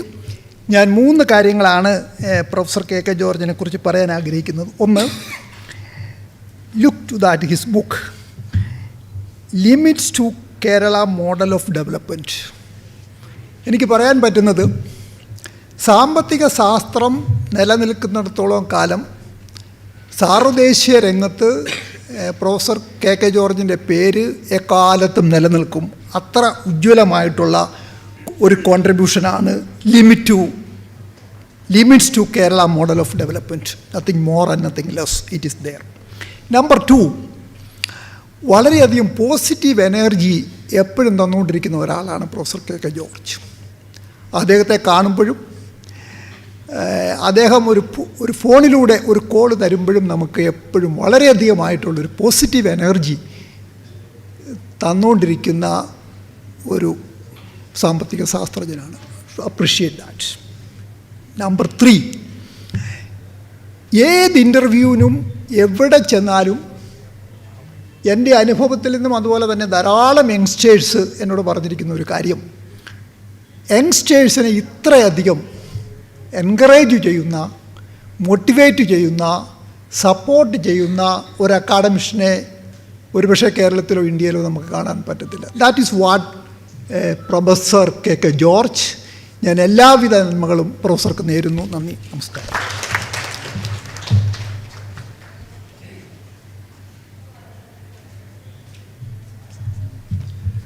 ബഹുമാന്യരെ, ഞാനിങ്ങനെ ഒരിടത്ത് സംസാരിക്കാൻ വേണ്ടി വന്നതല്ല. യൂട്യൂബിൽ ഈ നമ്മുടെ മീറ്റിംഗ് കണ്ടുകൊണ്ടിരിക്കുന്ന നിരവധി പേര് എന്നോട് മെസ്സേജ് അയച്ചു, ഞാൻ കണ്ടില്ലായിരുന്നു. ഇപ്പം ഒരാൾ വിളിച്ചു പറഞ്ഞതനുസരിച്ച് 92 SMS MBA ബാച്ചിൻ്റെ പേരിൽ ഞാൻ സാറിന് എല്ലാവിധ സ്നേഹാശംസകളും അറിയിക്കുന്നു. നന്ദി.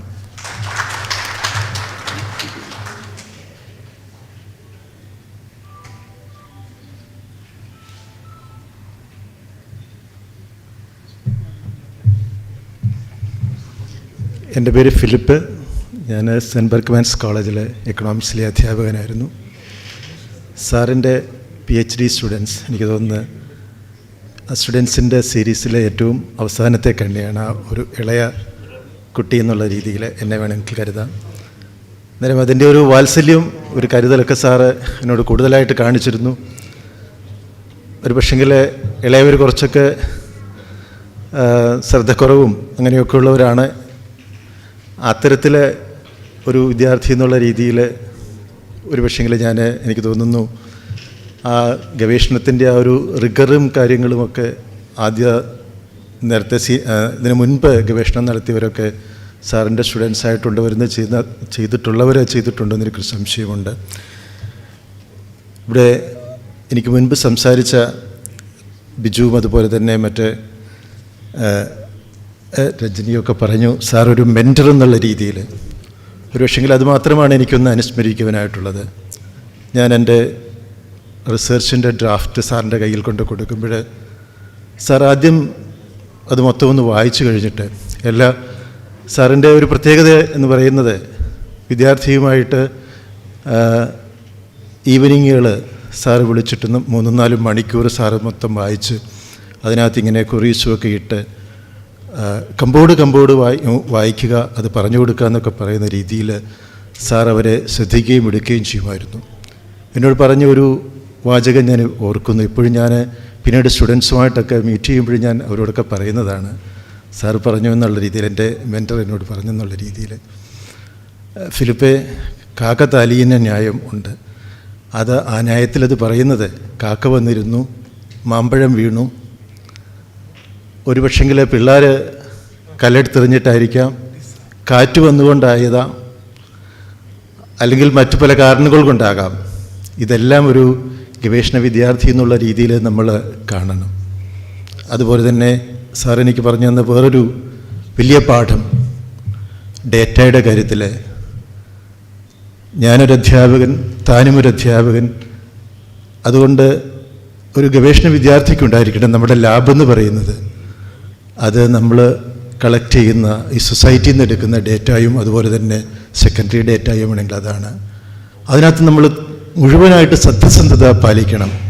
കാരണം നമ്മൾ കള്ളം പറഞ്ഞാൽ നമ്മളെ മെൻറ്റർ ചെയ്യുന്ന സ്റ്റുഡൻസ് അതൊരു ജനറേഷനിലേക്ക് നമ്മൾ ഈ കള്ളം പറയുന്ന അല്ലെങ്കിൽ കള്ളത്തരത്തിലൂടെ നമുക്ക് റിസർച്ച് ചെയ്യാം എന്നുള്ള കാര്യങ്ങളൊക്കെയാണ് പറയുന്നത്. ഞാൻ പറഞ്ഞു വരുന്നത് വലിയൊരു വാല്യൂ സിസ്റ്റം, ആ ക്വാളിറ്റി, റിസർച്ചിൻ്റെ റിഗർ, ശ്രദ്ധിക്കേണ്ട കാര്യങ്ങൾ, ഇതെല്ലാം ഒരു അധ്യാപകൻ എന്നുള്ള രീതിയിൽ, ഒരു മെൻറ്റർ എന്നുള്ള രീതിയിൽ സാറിൻ്റെ സ്റ്റുഡൻസിന് കൊടുത്തിരിക്കുന്നു. അതെല്ലാം നല്ല രീതിയിൽ എനിക്ക് അനുഭവിക്കാനായിട്ട് സാധിച്ചു. സാറിൻ്റെ ഈ നന്മ, ഈ വലിയൊരു ഔദാര്യം, അതൊക്കെ നല്ലൊരു രീതിയിൽ അനുഭവിച്ച ആളാണ് ഞാൻ. സാറിന് എല്ലാ ആശംസകളും പ്രാർത്ഥനകളും ആരോഗ്യങ്ങളും ഞാൻ നേരുന്നു. നന്ദി, നമസ്കാരം.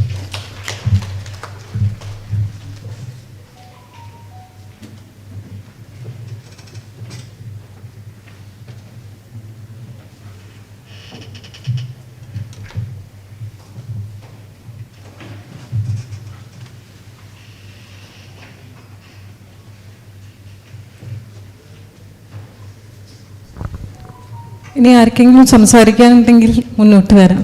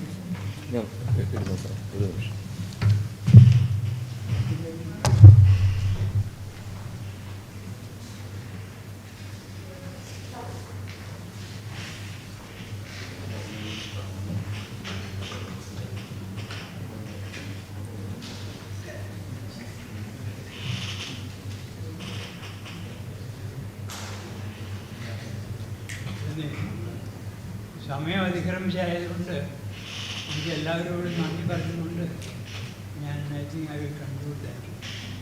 ഒരു പ്രസംഗമൊക്കെ എഴുതിക്കൊണ്ടതെന്നുണ്ട്, പക്ഷേ അത്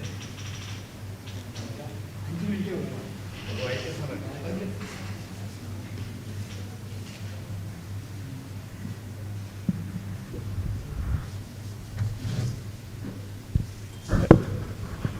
Respected Chairman and other distinguished dignitaries on and off the dais. Like all of us, I also flowed along the stream of time. My life's journey was not planned in any way. I took uncertain steps and risked too, to some extent. I might have faltered, but by the grace of God and help and support of my family and friends, I managed to carry on. I have in my own small way responded to the land around me about my life, and whatever contributions that I have made, it is for you to judge. I feel all the more humble.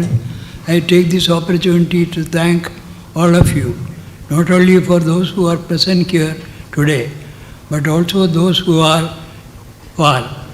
Here I also remember a few who are not here participating. Professor Sukumaran Nair and Professor Sukumaran Nair of Applied Economics Department, Cochin University, and Professor Narayan Nair, Senior Retired Director of Center for Development Studies. I thank God for His blessings. You have lighted my life. Thank you.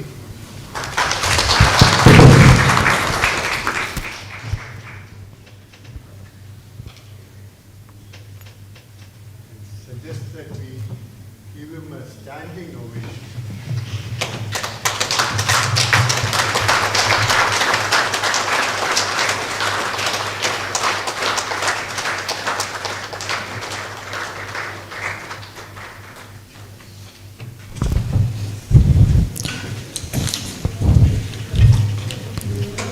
I now request Dr. N. Ajit Kumar, Director CSCS, to deliver the vote of thanks.